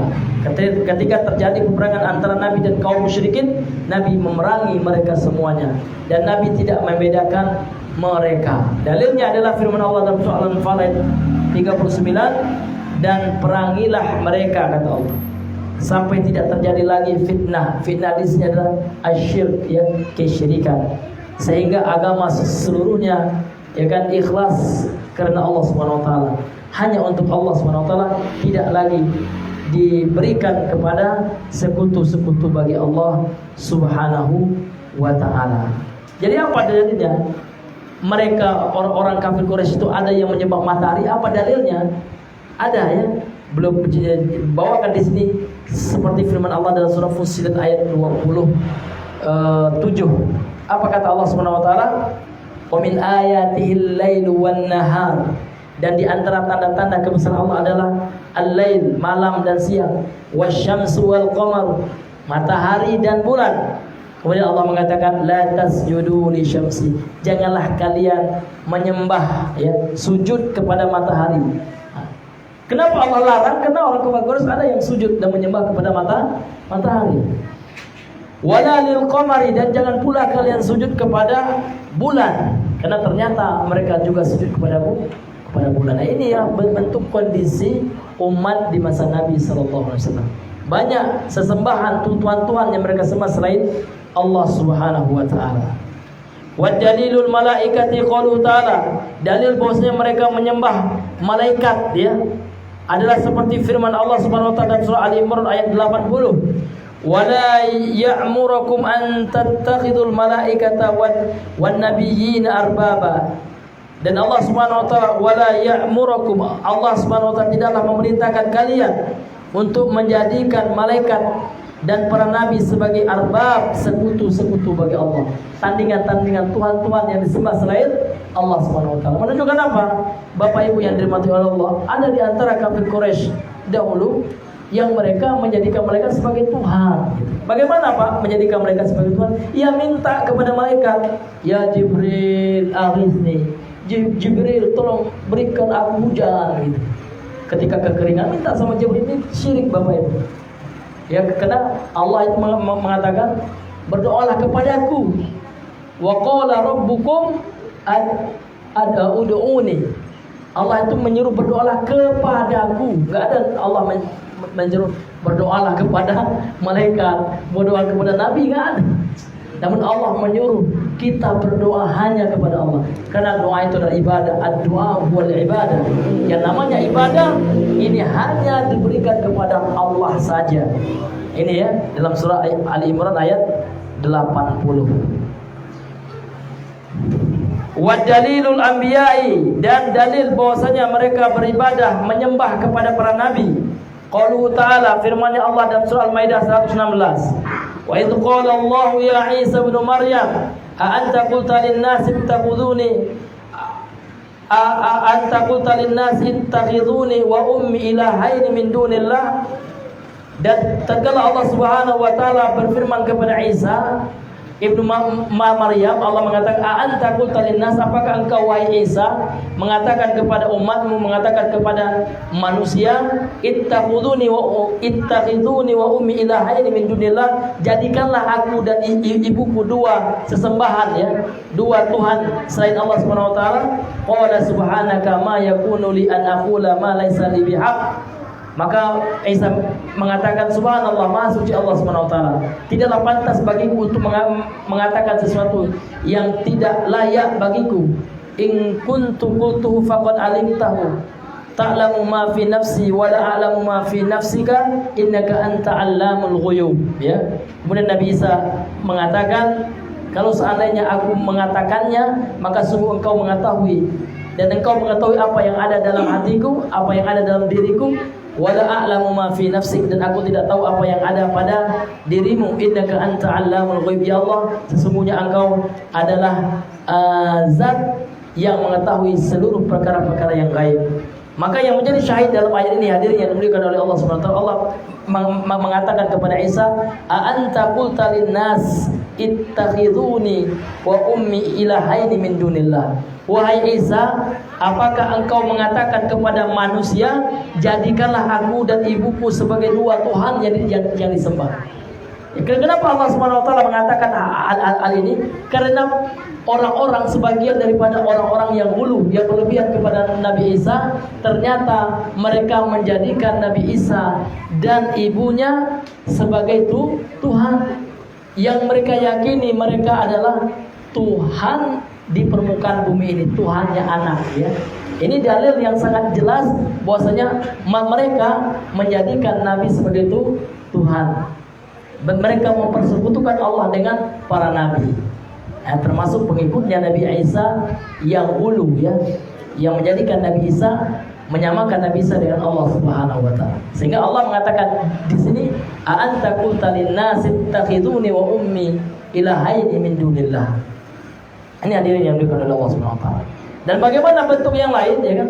Bentuk seseorang yang mempersekutukan Allah dengan para nabi, menjadikan para nabi ini setara ya kedudukannya dengan Allah. Seperti apa Pak? Meminta, kalau bukan karena Nabi Muhammad tentu kami tidak akan masuk surga. Ini luar biasa. Lupa kepada Allah Subhanahu wa taala.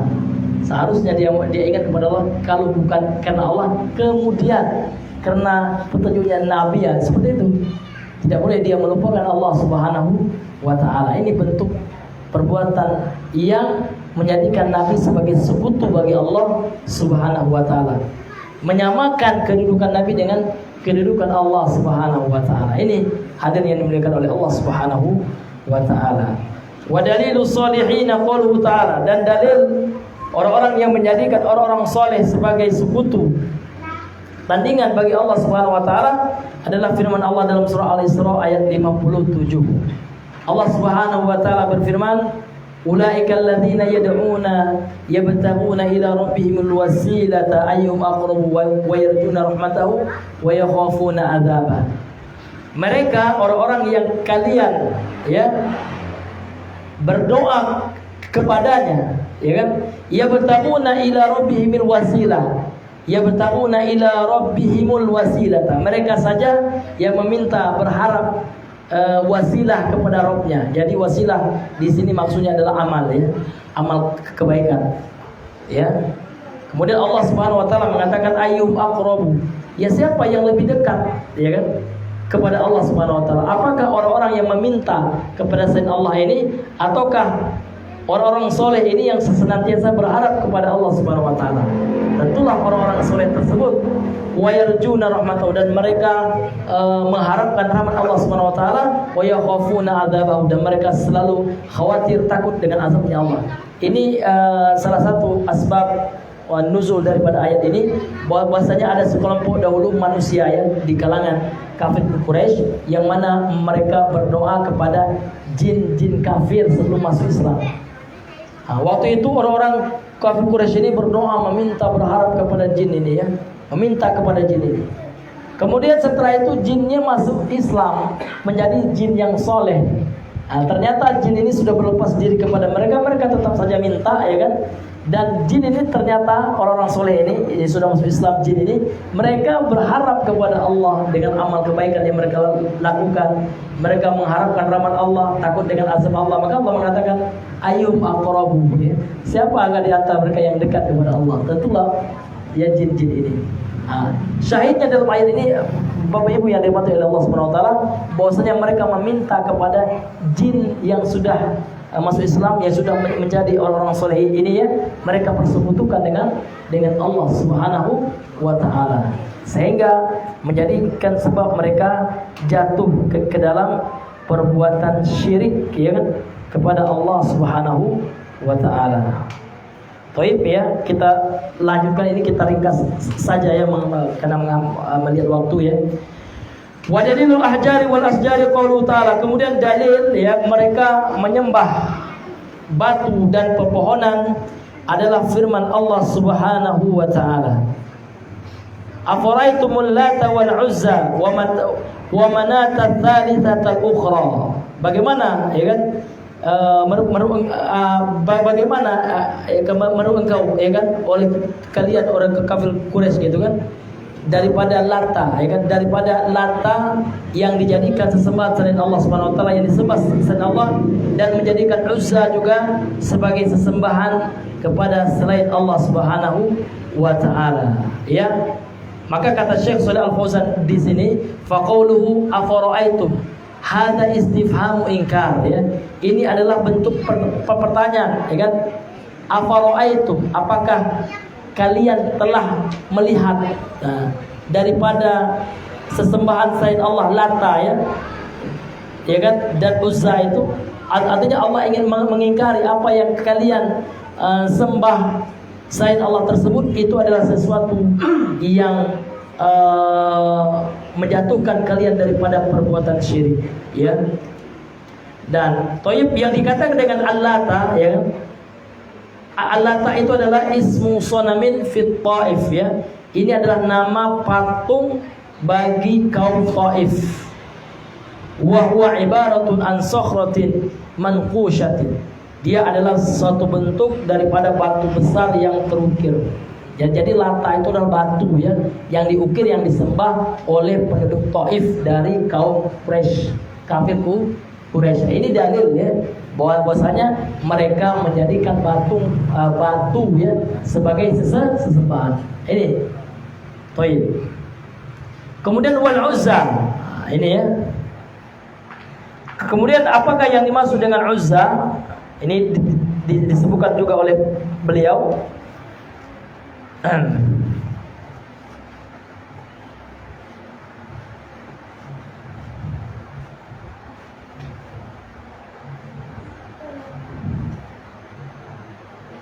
Kemudian Uzza itu, ya, adalah syajaratun ya minas salam fi wadin nakhlatin baina Makkah wa Taif. Jadi Uzza itu adalah syajarat, ya, adalah pohon besar dia. Ya, adalah sebuah pohon, ya,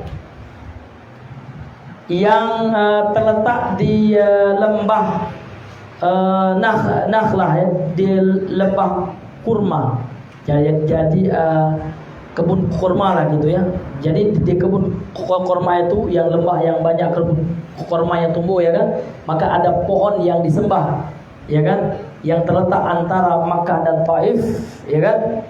Wa haulaha bina'un wa sata'ir. Kemudian di sekitar pohon itu ada bangunan dan ada tirai. Ya, di bangunan itu dibuat kayak ditutupi sesuatu, ya kan. Bangunan yang ada dekat pohon itu. Ya. Kemudian wa indaha sadanah, ya, kemudian di sisinya itu ada, ya, sadanah itu, ya, semacam sadanah itu yang semacam tempat sesuatu yang seseorang untuk melakukan persembahan, sesajen yang diletakkan di situ, gitu, ya. Seperti sesuatu yang dipersembahkan kepada pohon itu, ya, kepada selain Allah Subhanahu wa taala itu. Ya. Wa fiha, kemudian dari dalam pohon itu syayatinu yukallimunan nas. Kemudian pada pohon itu, pada Uzza itu kan sebuah pohon, ya kan. Jadi pada pohon itu ada memang setan kafir, jin kafir, ya kan, setan yang bisa berbicara dengan manusia. Wa yadhunnu juhalu anna hadzal ladzi yukallimun huwa nafsu hadhihi syajarah aw hadzal bait alladzi ya banuhu ma anna hadzal ladzi tukallimuhum huwa syayatinu litudillatahum, ya, an sabilillah. Kemudian, ya kan, mereka orang-orang bodoh, kata beliau, orang-orang kafir Quraisy waktu itu, mereka menyangka yang berbicara kepada mereka itu adalah pohon itu sendiri, ya kan. Yang mereka yakini yang berbicara itu memang pohon itu, memang ada setan, jin, ya kan, jin kafir untuk menyesatkan manusia. Ketika orang-orang kafir Quraisy, ya, memberikan sesembahannya kepada pohon itu, memang terdengar ada sosok yang berbicara, gitu. Sehingga orang-orang terkecoh, tertipu, dan menyangka bahwasanya pohon itulah yang berbicara, ya.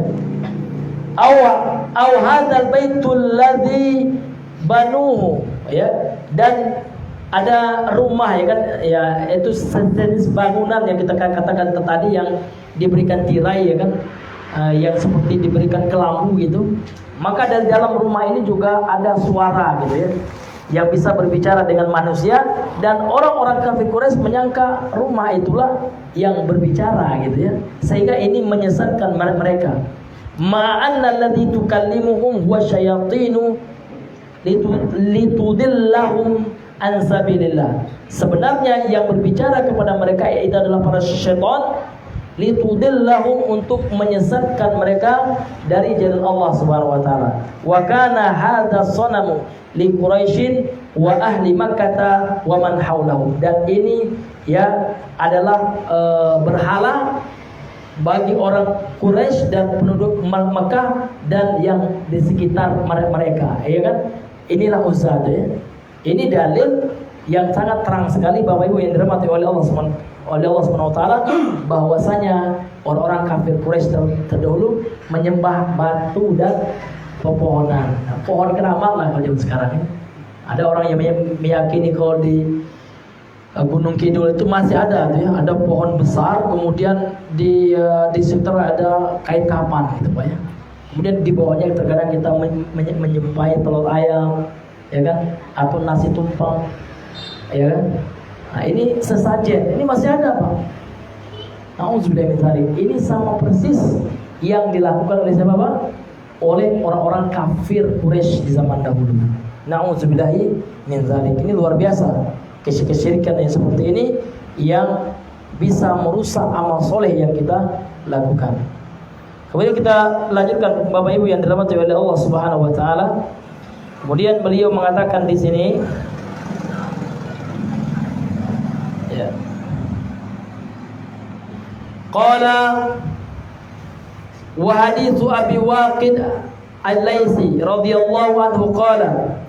Kemudian berdasarkan hadis dari sahabat Abi Waqid Al-Laitsi, dia berkata, kharajna ma'an Nabi sallallahu alaihi wasallam ila Hunainin wa nahnu hudatsa'u ahdin bi kufrin walil musyrikina sidrah walil musyrikina sidratun ya'kufuna 'indaha wa yanutunaha aslihatahum yuqalu laha dzatu anwatin famararna bi sidratin faqulna ya Rasulullah ij'al lana dzat anwatin kama lahum dzatu anwatin. Al hadis ini hadis sahih ya. Kemudian berdasarkan hadis dari sahabat ya Abi Waqid Al-Laitsi, Abi Waqid Al-Laitsi beliau berkata, kami suatu ketika pernah keluar bersama Nabi sallallahu alaihi wasallam ketika akan menghadapi atau melaksanakan perang Hunain. Wa nahnu hudatsa'u ahdin bi kufrin. Kami baru saja keluar dari kekufuran, itu maksudnya baru saja masuk Islam ya. Jadi sahabat waktu itu banyak yang mualaf lah gitu ya, yang baru masuk Islam. Walil musyrikina sidrah. Kemudian orang-orang musyrik itu memiliki sebuah pohon ya kan. Yaqifuna indaha wa yaqufuna indaha wa yanatuna aslihatahum. Kemudian mereka mengelilingi mengelilingi pohon tersebut, kemudian menggantungkan aslihatahum ya, senjata-senjata mereka pada pohon tersebut. Yuqalu laha, kemudian pohon ini disebut dengan nama atau dikenal dengan nama Dzatu Anwar. Lantas famararna bisadratin, kemudian kami melewati sebuah pohon. Faqulna ya Rasulullah, lantas kami berkata, wahai Rasulullah, ij'al lana dzati anwar ya. Wahai Rasulullah, tolong jadikan buat bagi kami dzatu anwar ya, tempat menggantung senjata lah maksudnya. Kama lahum dzatu anwar ya, sebagaimana orang-orang kafir Quraisy itu mereka juga ya kan memiliki tempat untuk menggantungkan senjata. Artinya apa? Orang kafir Quraisy itu menggantungkan senjata mereka ke pohon itu untuk mendapatkan berkah. Ya kan, untuk apa, Pak? Untuk mendapatkan berkah. Maka diingkari oleh Nabi sallallahu alaihi wasallam ya. Ya, maka Nabi mengatakan laqad qultum kama qala kama qala maka sungguh ya kan apa yang kalian katakan ini seperti apa yang telah dikatakan oleh umat Nabi Musa ya kan. Kenapa kepada Nabi Musa, wahai Nabi Musa, jadikanlah kepada kami sesembahan ya kan sebagaimana mereka memiliki sesembahan gitu. Artinya apa, Bapak Ibu yang dirahmati oleh Allah Subhanahu wa taala? Ya, dalam hadis ini Nabi SAW ingin mengatakan kepada kita ya bahwasanya ya kan sesuatu yang dilakukan oleh seseorang berupa mengharapkan keberkahan kepada sesuatu seperti pohon yang tidak ada dalilnya, ini merupakan bagian dari bentuk kesyirikan. Kenapa? Karena diingkari oleh Nabi apa yang dilakukan oleh para sahabat yang baru masuk Islam. Bahkan Nabi menyamakan apa yang mereka minta itu sebagaimana permintaan kaum Nabi Musa ketika meminta kepada Nabi Musa supaya dijadikan Tuhan, ya, sebagaimana orang-orang musyrik waktu itu memiliki Tuhan berupa lembu, ya kan? Jadi dia kaum Nabi Musa ini minta pula gitu kan, ij'al lana alihan kama lahum alihah, ya.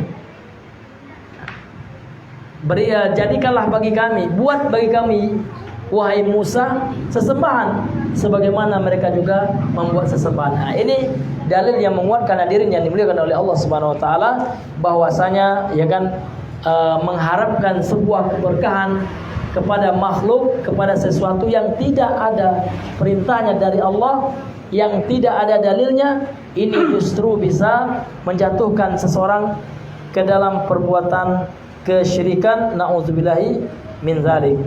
Kemudian hadirin yang dimuliakan oleh Allah Subhanahu wa taala, kita masuk kepada kaidah yang keberapa lagi? Iya, ini kaidah yang terakhir, ya.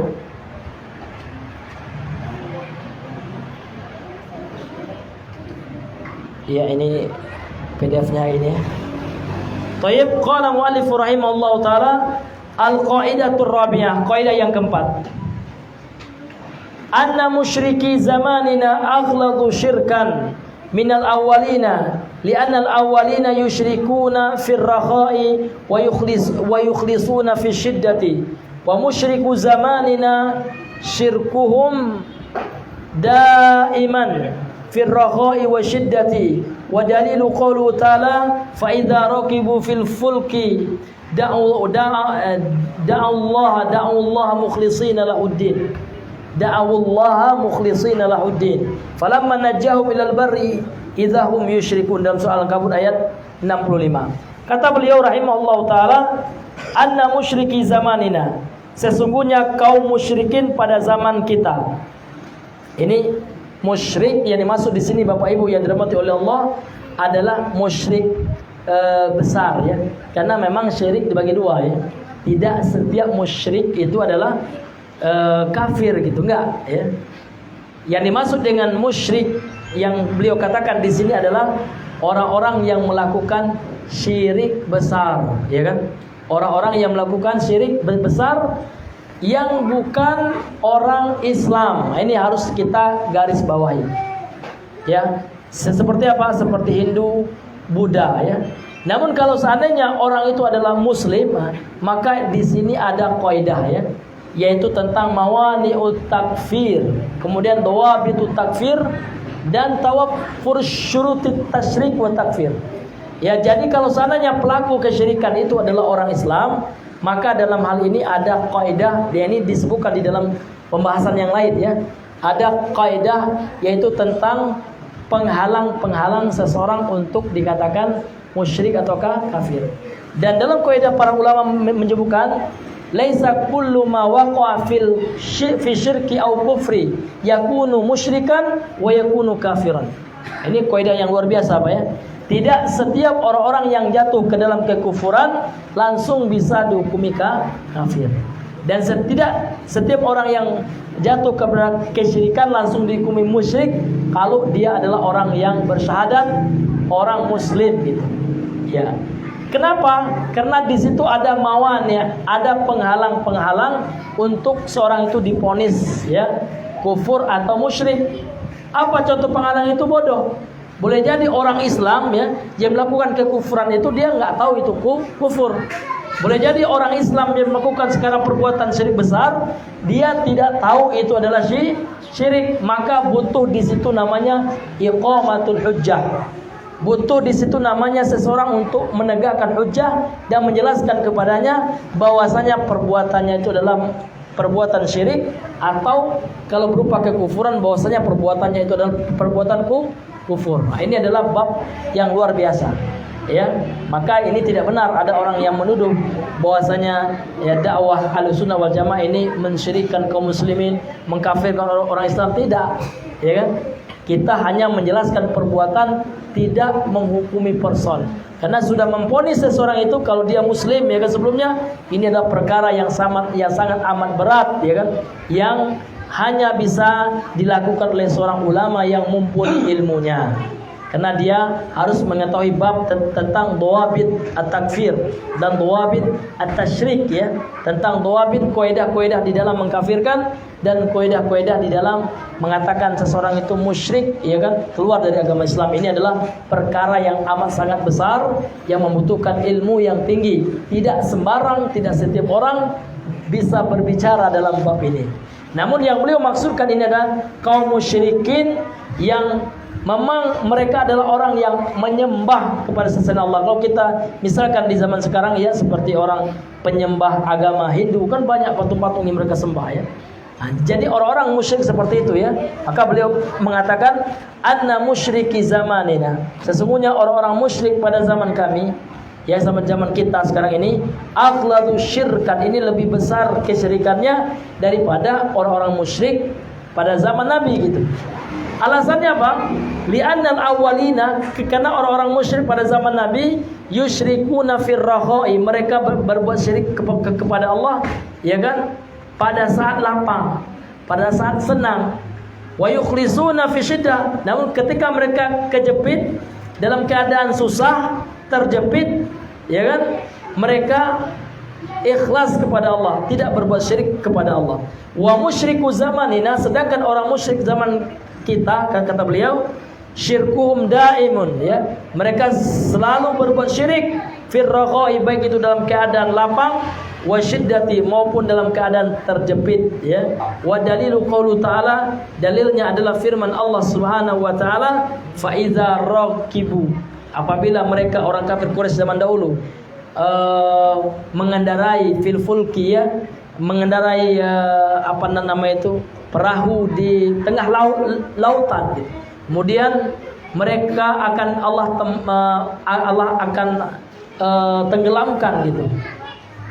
Tengah dilanda oleh badai yang dahsyat. Da'awullaha mukhlishina lahudin, mereka berdoa kepada Allah dengan ikhlas, meminta keselamatan hanya kepada Allah. Falamma najahum, namun tatkala Allah selamatkan mereka dari ditenggelamkan tadi di tengah laut, ya kan, ilal barri, ketika mereka selamat ke daratan, faidahum yusyrikun, dan kembalilah mereka berbuat syirik kepada Allah Subhanahu wa taala. Ini, ya, dalil menyatakan bahwasanya orang-orang kafir Quraisy, orang-orang musyrik di zaman Nabi, ketika mereka kejepit, ya kan, mereka ikhlas kepada Allah, dan ketika mereka lapang, mereka lupa kepada Allah dan kembali berbuat syirik kepada Allah. Sedangkan orang-orang seperti orang Hindu, Buddha, kita lihat, ya, ketika mereka ditimpa seperti kemarau panjang, mereka akan meminta kepada patung-patung mereka, gitu, ya kan. Dan ketika mereka senang pun, ya, diberikan oleh Allah seperti apa? Sukses panen, ya, diberikan kelimpahan rezeki, mereka tetap berbuat syirik kepada Allah. Dari sinilah, ya, beliau mengatakan bahwasanya perbuatan syirik orang-orang zaman kita sekarang ini lebih parah daripada perbuatan syirik orang zaman dahulu. Karena orang zaman dahulu berbuat syirik dalam keadaan terjepit saja. Berdasarkan dalil yang beliau kemukakan, alasannya adalah berdasarkan firman Allah dari surah Al-Ankabut ayat 65 ini, wallahu ta'ala bisawab. Dan intinya, hadirin yang dimuliakan oleh Allah Subhanahu wa taala, inilah yang kaidah yang harus kita ketahui, ya, bahwasanya tidak semua orang yang ngaku percaya kepada Allah namun dia tidak beramal, gitu, ya, hanya sekedar percaya Allah sebagai Tuhannya, namun ternyata dia berbuat syirik kepada Allah. Pengakuannya hanya mengakui Allah saja sebagai Tuhan, ini tidaklah cukup, ya kan, ini tidaklah cukup membuat dia masuk ke dalam surga, ya, tidak, ya, malahan ini belumlah memasukkan dia ke dalam surganya Allah. Subhanahu wa ta'ala. Artinya seseorang harus mentauhidkan Allah, baik itu dalam keyakinannya akan Allah yang menciptakan, ya kan, mematikan, menghidupkan, namun juga harus dia meyakini ibadah yang dia lakukan. Ketika dia beribadah kepada Allah, dia harus menyerahkan, mengikhlaskan semua ibadah itu hanya untuk Allah semata. Nah, ini, ya kan, ini dalam kaidah yang pertama. Kemudian yang kedua hadirin yang dimiliki oleh Allah Subhanahu wa taala, bahwasanya Allah Subhanahu wa taala ini Allah utus kepada kaum yang mereka menyembah kepada selain Allah dengan bentuk persembahan atau sesembahan yang beragam gitu. Di antara mereka ada yang menyembah pohon, ada yang menyembah bebatuan, ya kan? Ya, kemudian ada yang menyembah malaikat, ada yang menyembah nabi, orang saleh. Nah, ini. Dan Allah dan Nabi tidaklah membedakan mereka. Semuanya mereka itu adalah orang-orang kafir.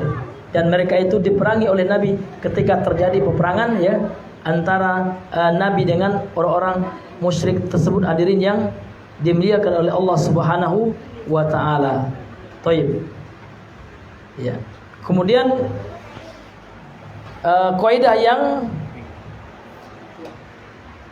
yang ketiga, ya. Yang keberapa lagi? Yang ketiga atau ya, yang kedua, ya. Yang kedua, ya, itu yang saya sebutkan tadi itu kaidah yang ketiga. Yang kedua, ya kan, sesungguhnya orang-orang kafir Quraisy tersebut, ya, orang-orang kafir dahulu, yang mereka mengatakan alasan mereka beribadah kepada patung-patung mereka bukanlah semata-mata mereka menyembahnya, enggak. Namun mereka meyakini patung-patung tersebut adalah sebagai perantara yang akan mendekatkan dirinya kepada Allah. Ini, ya, ringkasannya. Kemudian yang terakhir, ya kan, yang keempat, ya, siapa yang bisa menyebutkan yang keempat? Ya, yang mencatat. Ya. Apa yang keempat?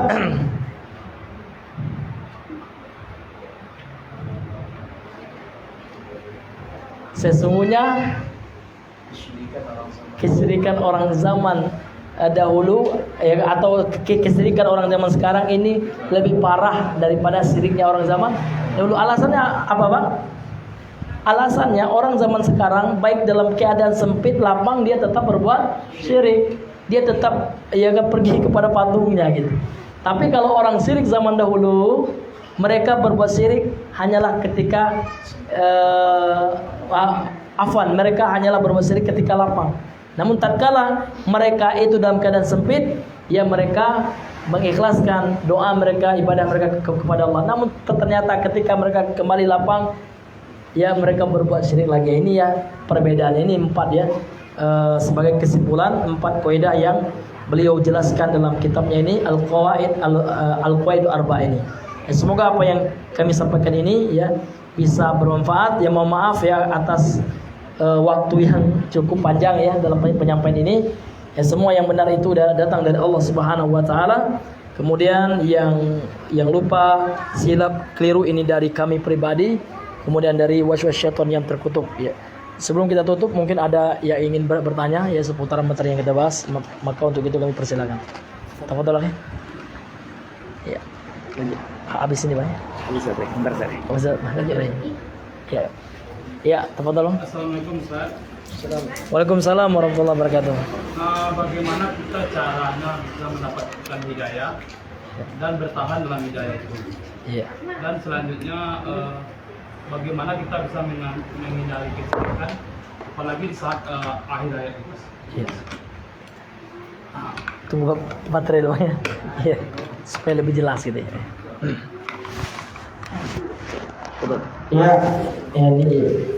Ini pertanyaan yang bagus sekali, ya. Mudah-mudahan ini bermanfaat untuk kita semua, tidak hanya bagi yang bertanya, namun juga bagi kaum muslimin dan muslimat yang hadir. Jadi bagaimana cara kita mendapatkan hidayah dan mempertahankannya? Kemudian yang kedua, bagaimana supaya kita istiqomah dan mati dalam hidayah itu, ya? Dalam keadaan tidak berbuat syirik, ya. Tidak berbuat syirik, apalagi terutama di akhir hayat. Terutama di akhir hayatnya, gitu. Iya, yang pertama, hidayah itu memang ada 2, disebutkan oleh Imam Ibnu Katsir dalam tafsirnya. Ada namanya hidayatul taufik, kemudian ada namanya hidayatul bayan wal irsyad. Hidayatul taufik ini adalah hidayah yang mutlak, haknya Allah. Seperti apa, Pak? Seperti seseorang mampu mengamalkan apa yang dia pelajari. Ini hidayah taufik. Seseorang mampu mengamalkan apa yang dia dengar dari ustadz dai yang menyampaikan kebenaran. Mampu dia mengamalkannya, mampu dia menerimanya. Ini hidayah taufik. Dan ini hanya kita minta kepada Allah Subhanahu wa taala. Dan Allah tidaklah mampu memberikan hidayah ini kepada selain Allah Subhanahu wa taala. Artinya apa? Nabi saja gitu ya, tidak mampu memberikan hidayah taufik itu. Apa kata Allah? Innaka la tahdi man ahbabta. Sesungguhnya engkau Muhammad tidaklah mampu memberikan hidayah bagi orang yang kau cintai, walakin Allah yahdi man yasha. Tetapi Allah lah yang memberikan hidayah bagi siapa yang Allah kehendaki. Ini ulama mengatakan, Al-Hafiz Ibnu Katsir ketika mentafsirkan ayat ini, beliau mengatakan ini adalah hidayatul taufiq, ini adalah hidayah taufik wal ilham, ya, yang hanya mampu diberikan oleh Allah. Nah, namun yang kedua ada namanya hidayatul bayan wal irsyad. Ada hidayah berupa penjelasan dan bimbingan, yaitu ayat-ayat Al-Quran yang kita bacakan ini hidayah ini. Hidayah akan bisa membimbing kita. Jadi ini bisa kita usahakan, bisa kita sampaikan, bisa kita berikan hidayah ini kepada orang lain dengan cara kita menyampaikannya. Sehingga Allah mengatakan dalam ayat yang lain, innaka la tahdi ila siratal mustaqim. Sesungguhnya engkau Muhammad benar-benar memberikan hidayah kepada jalan lurus. Artinya hidayah yang beliau sampaikan adalah hidayah berupa penjelasan dan bimbingan. Jadi bagaimana cara kita mendapatkan hidayah? Kalau hidayatul irsyad wal bayan, kita harus belajar ilmu supaya mendapatkan hidayah ini. Supaya kita tahu apa yang akan kita lakukan, supaya kita mengerti apa perintah Allah, apa tuntutan Allah kepada kita, apa sunnah Rasul yang harus kita lakukan. Kita pelajari, kita dengarkan orang menyampaikannya gitu. Ya, untuk mendapatkan hidayah ini kita belajar. Ada ikhtiar usaha kita. Dan untuk mendapatkan hidayah itu tauhid, hidayah itu taufik, kita butuh berdoa kepada Allah. Banyak sekali doa yang Nabi ajarkan kepada kita. Ya kan, seperti Allahumma ya muqallibal qulub tsabbit qalbi ala dinik. Allahumma ya musarrifal qulub tsabbit qalbi ala ta'atik. Ini luar biasa. Wahai zat ya Allah yang membolak-balikkan hati, ya kan, tetapkan hatiku dalam agamamu. Tetapkan hatiku, ya kan, dalam ketaatan kepadamu. Luar biasa. Kita berdoa kepada Allah. Kita berdoa kepada Allah gitu, untuk supaya diberikan hidayah taufik oleh Allah. Tentu dibarengan dengan usaha kita juga. Karena Allah itu memberikan hidayah taufik itu sesuai dengan usaha kita. Ya kan? Dan orang yang berusaha itu Allah tidak akan menyia-nyiakan amal usahanya. Ya kan? Bahkan orang-orang yang berusaha itu Allah akan mudahkan jalannya untuk sesuatu yang dia ingin gapai. Orang ingin sholat tahajud gitu, tapi dia malas, ya kan? Malas tidur cepat, dia maunya begadang. Kemana mau tahajud? Tapi dia sudah berusaha, dia sudah tidur cepat, dia kan habis sholat isya dia baca Al-Quran, baca zikir-zikir, tidur, kemudian dia lihat dalam hatinya ingin tahajud, ya kan? Dia tidur cepat waktunya, ya kan? Kemudian dia berusaha untuk bangun, dia buat alarm, ya kan? Maka insya Allah orang yang berusaha bersungguh-sungguh ini Allah beri hidayah taufik. Walladzina jahadu fina la yahdiyannahum subulana. Orang-orang yang bersungguh-sungguh, dia ada usahanya gitu, kalau malas-malasan gitu. Lanahdiyannahum subulana. Orang inilah yang Allah akan berikan petunjuk, ya kan, hidayah untuk bisa menjalankan, untuk bisa berjalan di jalan Allah Subhanahu wa taala. Ini usaha apa ya? Butuh usaha. Berdoa kemudian usaha. Jangan usaha aja, ya Allah, ya kan, saya pingin pintar mengaji misalnya, tapi nggak pernah datang ke rumah Quran belajar ngaji, nggak mau dia, gimana mau bisa aja ya? Butuh usaha. Allah cinta orang yang bersungguh-sungguh, Pak, ya kan? Ihris ala ma yanfa'uka, bukan kata Rasulullah. Bersungguh-sungguh terhadap hal yang bermanfaat bagimu, wala ta'jaz, jangan kau lemah. Ya Allah nggak suka, Rasul nggak suka orang yang malas-malas. Kalau kita tahu itu bermanfaat, ya berusaha, Pak. Ya kan, sesudah kita berusaha, ya kan, fatawakal 'ala Allah, kemudian kita serahkan hasilnya kepada Allah SWT. Berarti usaha ini penting. Jadi supaya bagaimana kita mendapatkan hidayah, berdoa kepada Allah, kemudian berusaha kita untuk meraih hidayah itu. Mendapatkan hidayah sulit, menjaganya jauh lebih sulit. Ya. Kemudian yang kedua apa tadi? Gimana kita tidak terjerumus ke dalam kesirikan? Iya. Apalagi di saat kematian. Iya. Bagaimana supaya kita tidak terjerumus ke dalam kesirikan di saat kematiannya? Apalagi di saat kematian. Iya. Iya. Ulama mengatakan man asya ala syai'in ya kan mata alaih. Barang siapa yang orang membiasakan dengan sesuatu, biasanya dia mati dengan kebiasaannya itu. Ya kalau kita biasa misalkan dengan kebaikan-kebaikan, dengan amal-amal solehnya, diharapkan insya Allah kita mati dengan amal soleh.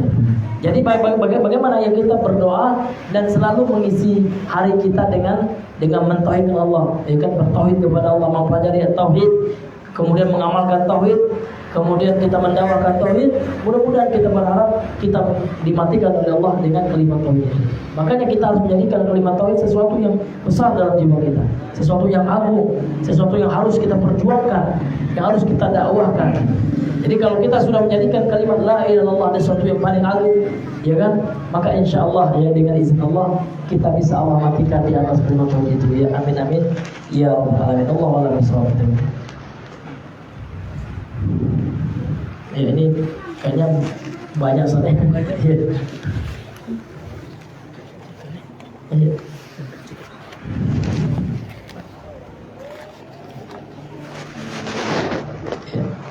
Bismillah Ustaz, apa hukumnya apabila seseorang berkata kalau tidak dengan cara berhutang di bank atau berkredit riba maka tidak akan bisa mendapatkan rumah atau kendaraan mobil motor? Apakah ini termasuk syirik? Ini termasuk ya. Ya ini luar biasa nih. Kalau bukan karena berhutang di bank, mana Allah ini lagi? Ya kan? Bahkan Nabi ya ketika sahabat mengatakan insya Allah wa syi'ta, maka Nabi marah. Aja'altanillahi niddan, apakah engkau akan menjadikan aku disekutu bagi Allah? Qul insyaallahu tsumma syi'ta. Ucapkanlah jika Allah menghendaki kemudian engkau. Karena kata-kata wa itu ya kan, dan itu bermakna kesetaraan, ma'iyah, kebersama-sama gitu. Insyaallah kalau Allah menghendaki tsumma sebagai tsumma gitu. Itu saja Nabi marah ya. Apalagi enggak ada Allahnya. Kalau bukan karena minjam bank diri saya tidak akan beli rumah, ya Allah, nggak ada keinginan pada Allah lagi. Ini bentuk-bentuk ya kan ucapan-ucapan yang jauh daripada iman ini ya, yang jauh daripada tauhid ya. Ini kita hindari. Jadi dan ini mudah-mudahan orang yang mengucapnya nggak tahu ya. Ini harus dikasih tahu. Mudah dia nggak tahu ya. Ini syirik ya. Kita yang sudah tahu kita kasih tahu gitu. Ya, ini nggak boleh ucapan ya seperti ini. Wallahu taala a'lam bishawab. Bismillah, assalamualaikum warahmatullahi wabarakatuh. Waalaikumsalam warahmatullahi wabarakatuh. Apakah orang yang melakukan syirik kecil juga akan kekal di neraka atau tidak? Iya. Jadi orang yang melakukan syirik kecil ini, ya ini tidak kekal ya. Namun dia sebagai pendapat ulama tetap tidak diampuni oleh Allah. Namun dia tidak kekal, ya berbeda dengan syirik besar. Ya berbeda dengan syirik besar. Allah mengatakan innallaha la yaghfiru ayyushraka bihi. Ayyushraka bihi ini kan diambil dari kata masdarnya adalah innallaha la yaghfiru isyrakan bihi. Ya, isyrakan itu nakirah. Di situ dalam konteks penafian ya, dalam ilmu bahasa ya, ini memberikan makna umum. Artinya setiap syirik tidak Allah ampuni. Namun kalau seandainya dia adalah syirik besar, itulah yang menyebabkan seorang kekal di neraka. Kalau dia syirik kecil, maka dia tidak diampuni oleh Allah, namun dia tidak mengekalkan pelakunya ya kan di dalam neraka. Wallahu a'lam bishawab. Ini yang kami ketahui.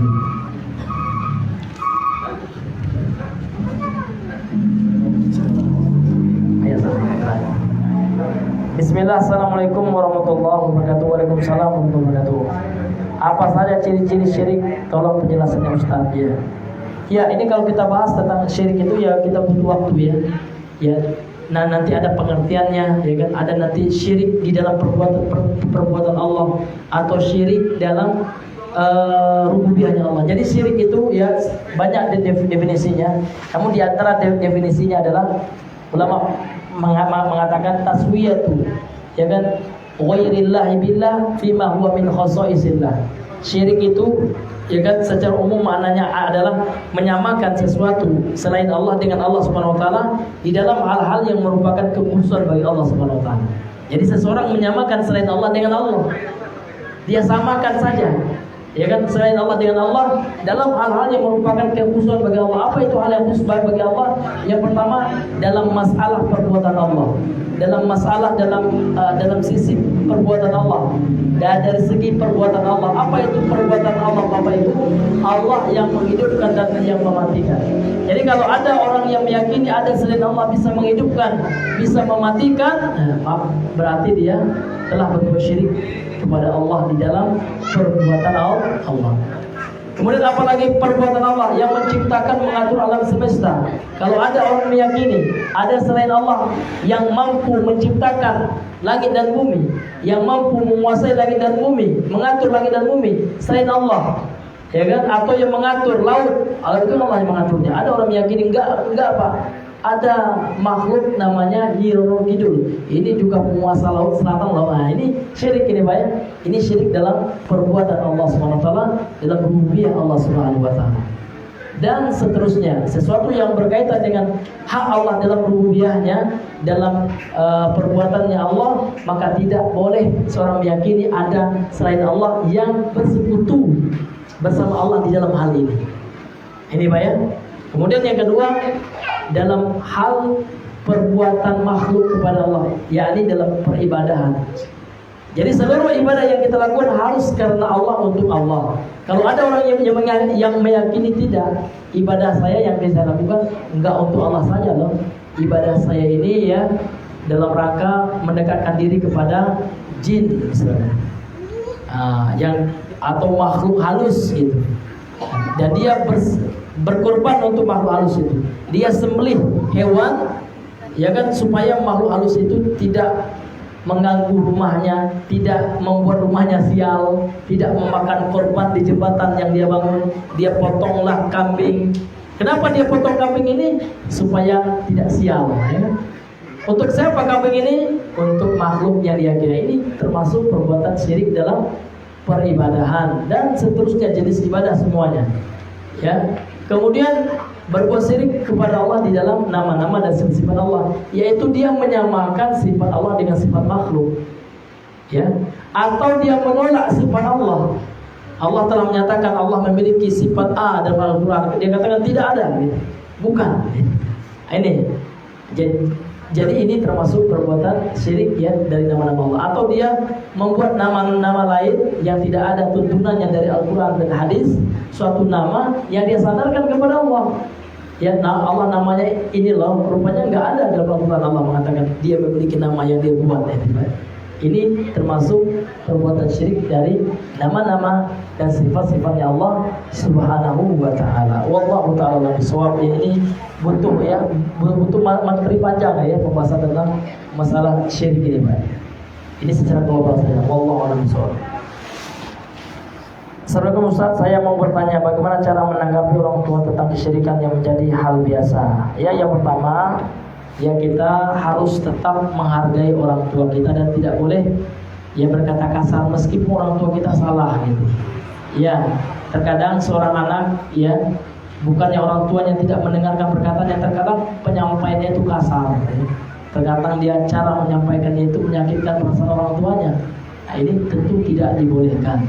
Ya, jadi bagaimana ya cara kita untuk menanggapi orang tua kita? Yang pertama, kita harus menyampaikannya dengan perkataan yang lembut ya, perkataan yang tidak menyinggung orang tua kita. Bu, ya, apa yang ibu lakukan ini Bu ya, ini adalah sesuatu yang bisa menjerumuskan kepada kesyirikan. Ya. Nah, ya kita sampaikan ya dengan kata-kata yang tidak ada nada ejekan ya, kemudian tidak dengan tutur kata yang keras ya, yang dibarengi dengan emosi, tidak, namun kita sampaikan dengan cinta gitu ya. Karena kenapa saya sayang sama ibu, saya gak pingin ya ibu kenapa kelak di akhirat ya.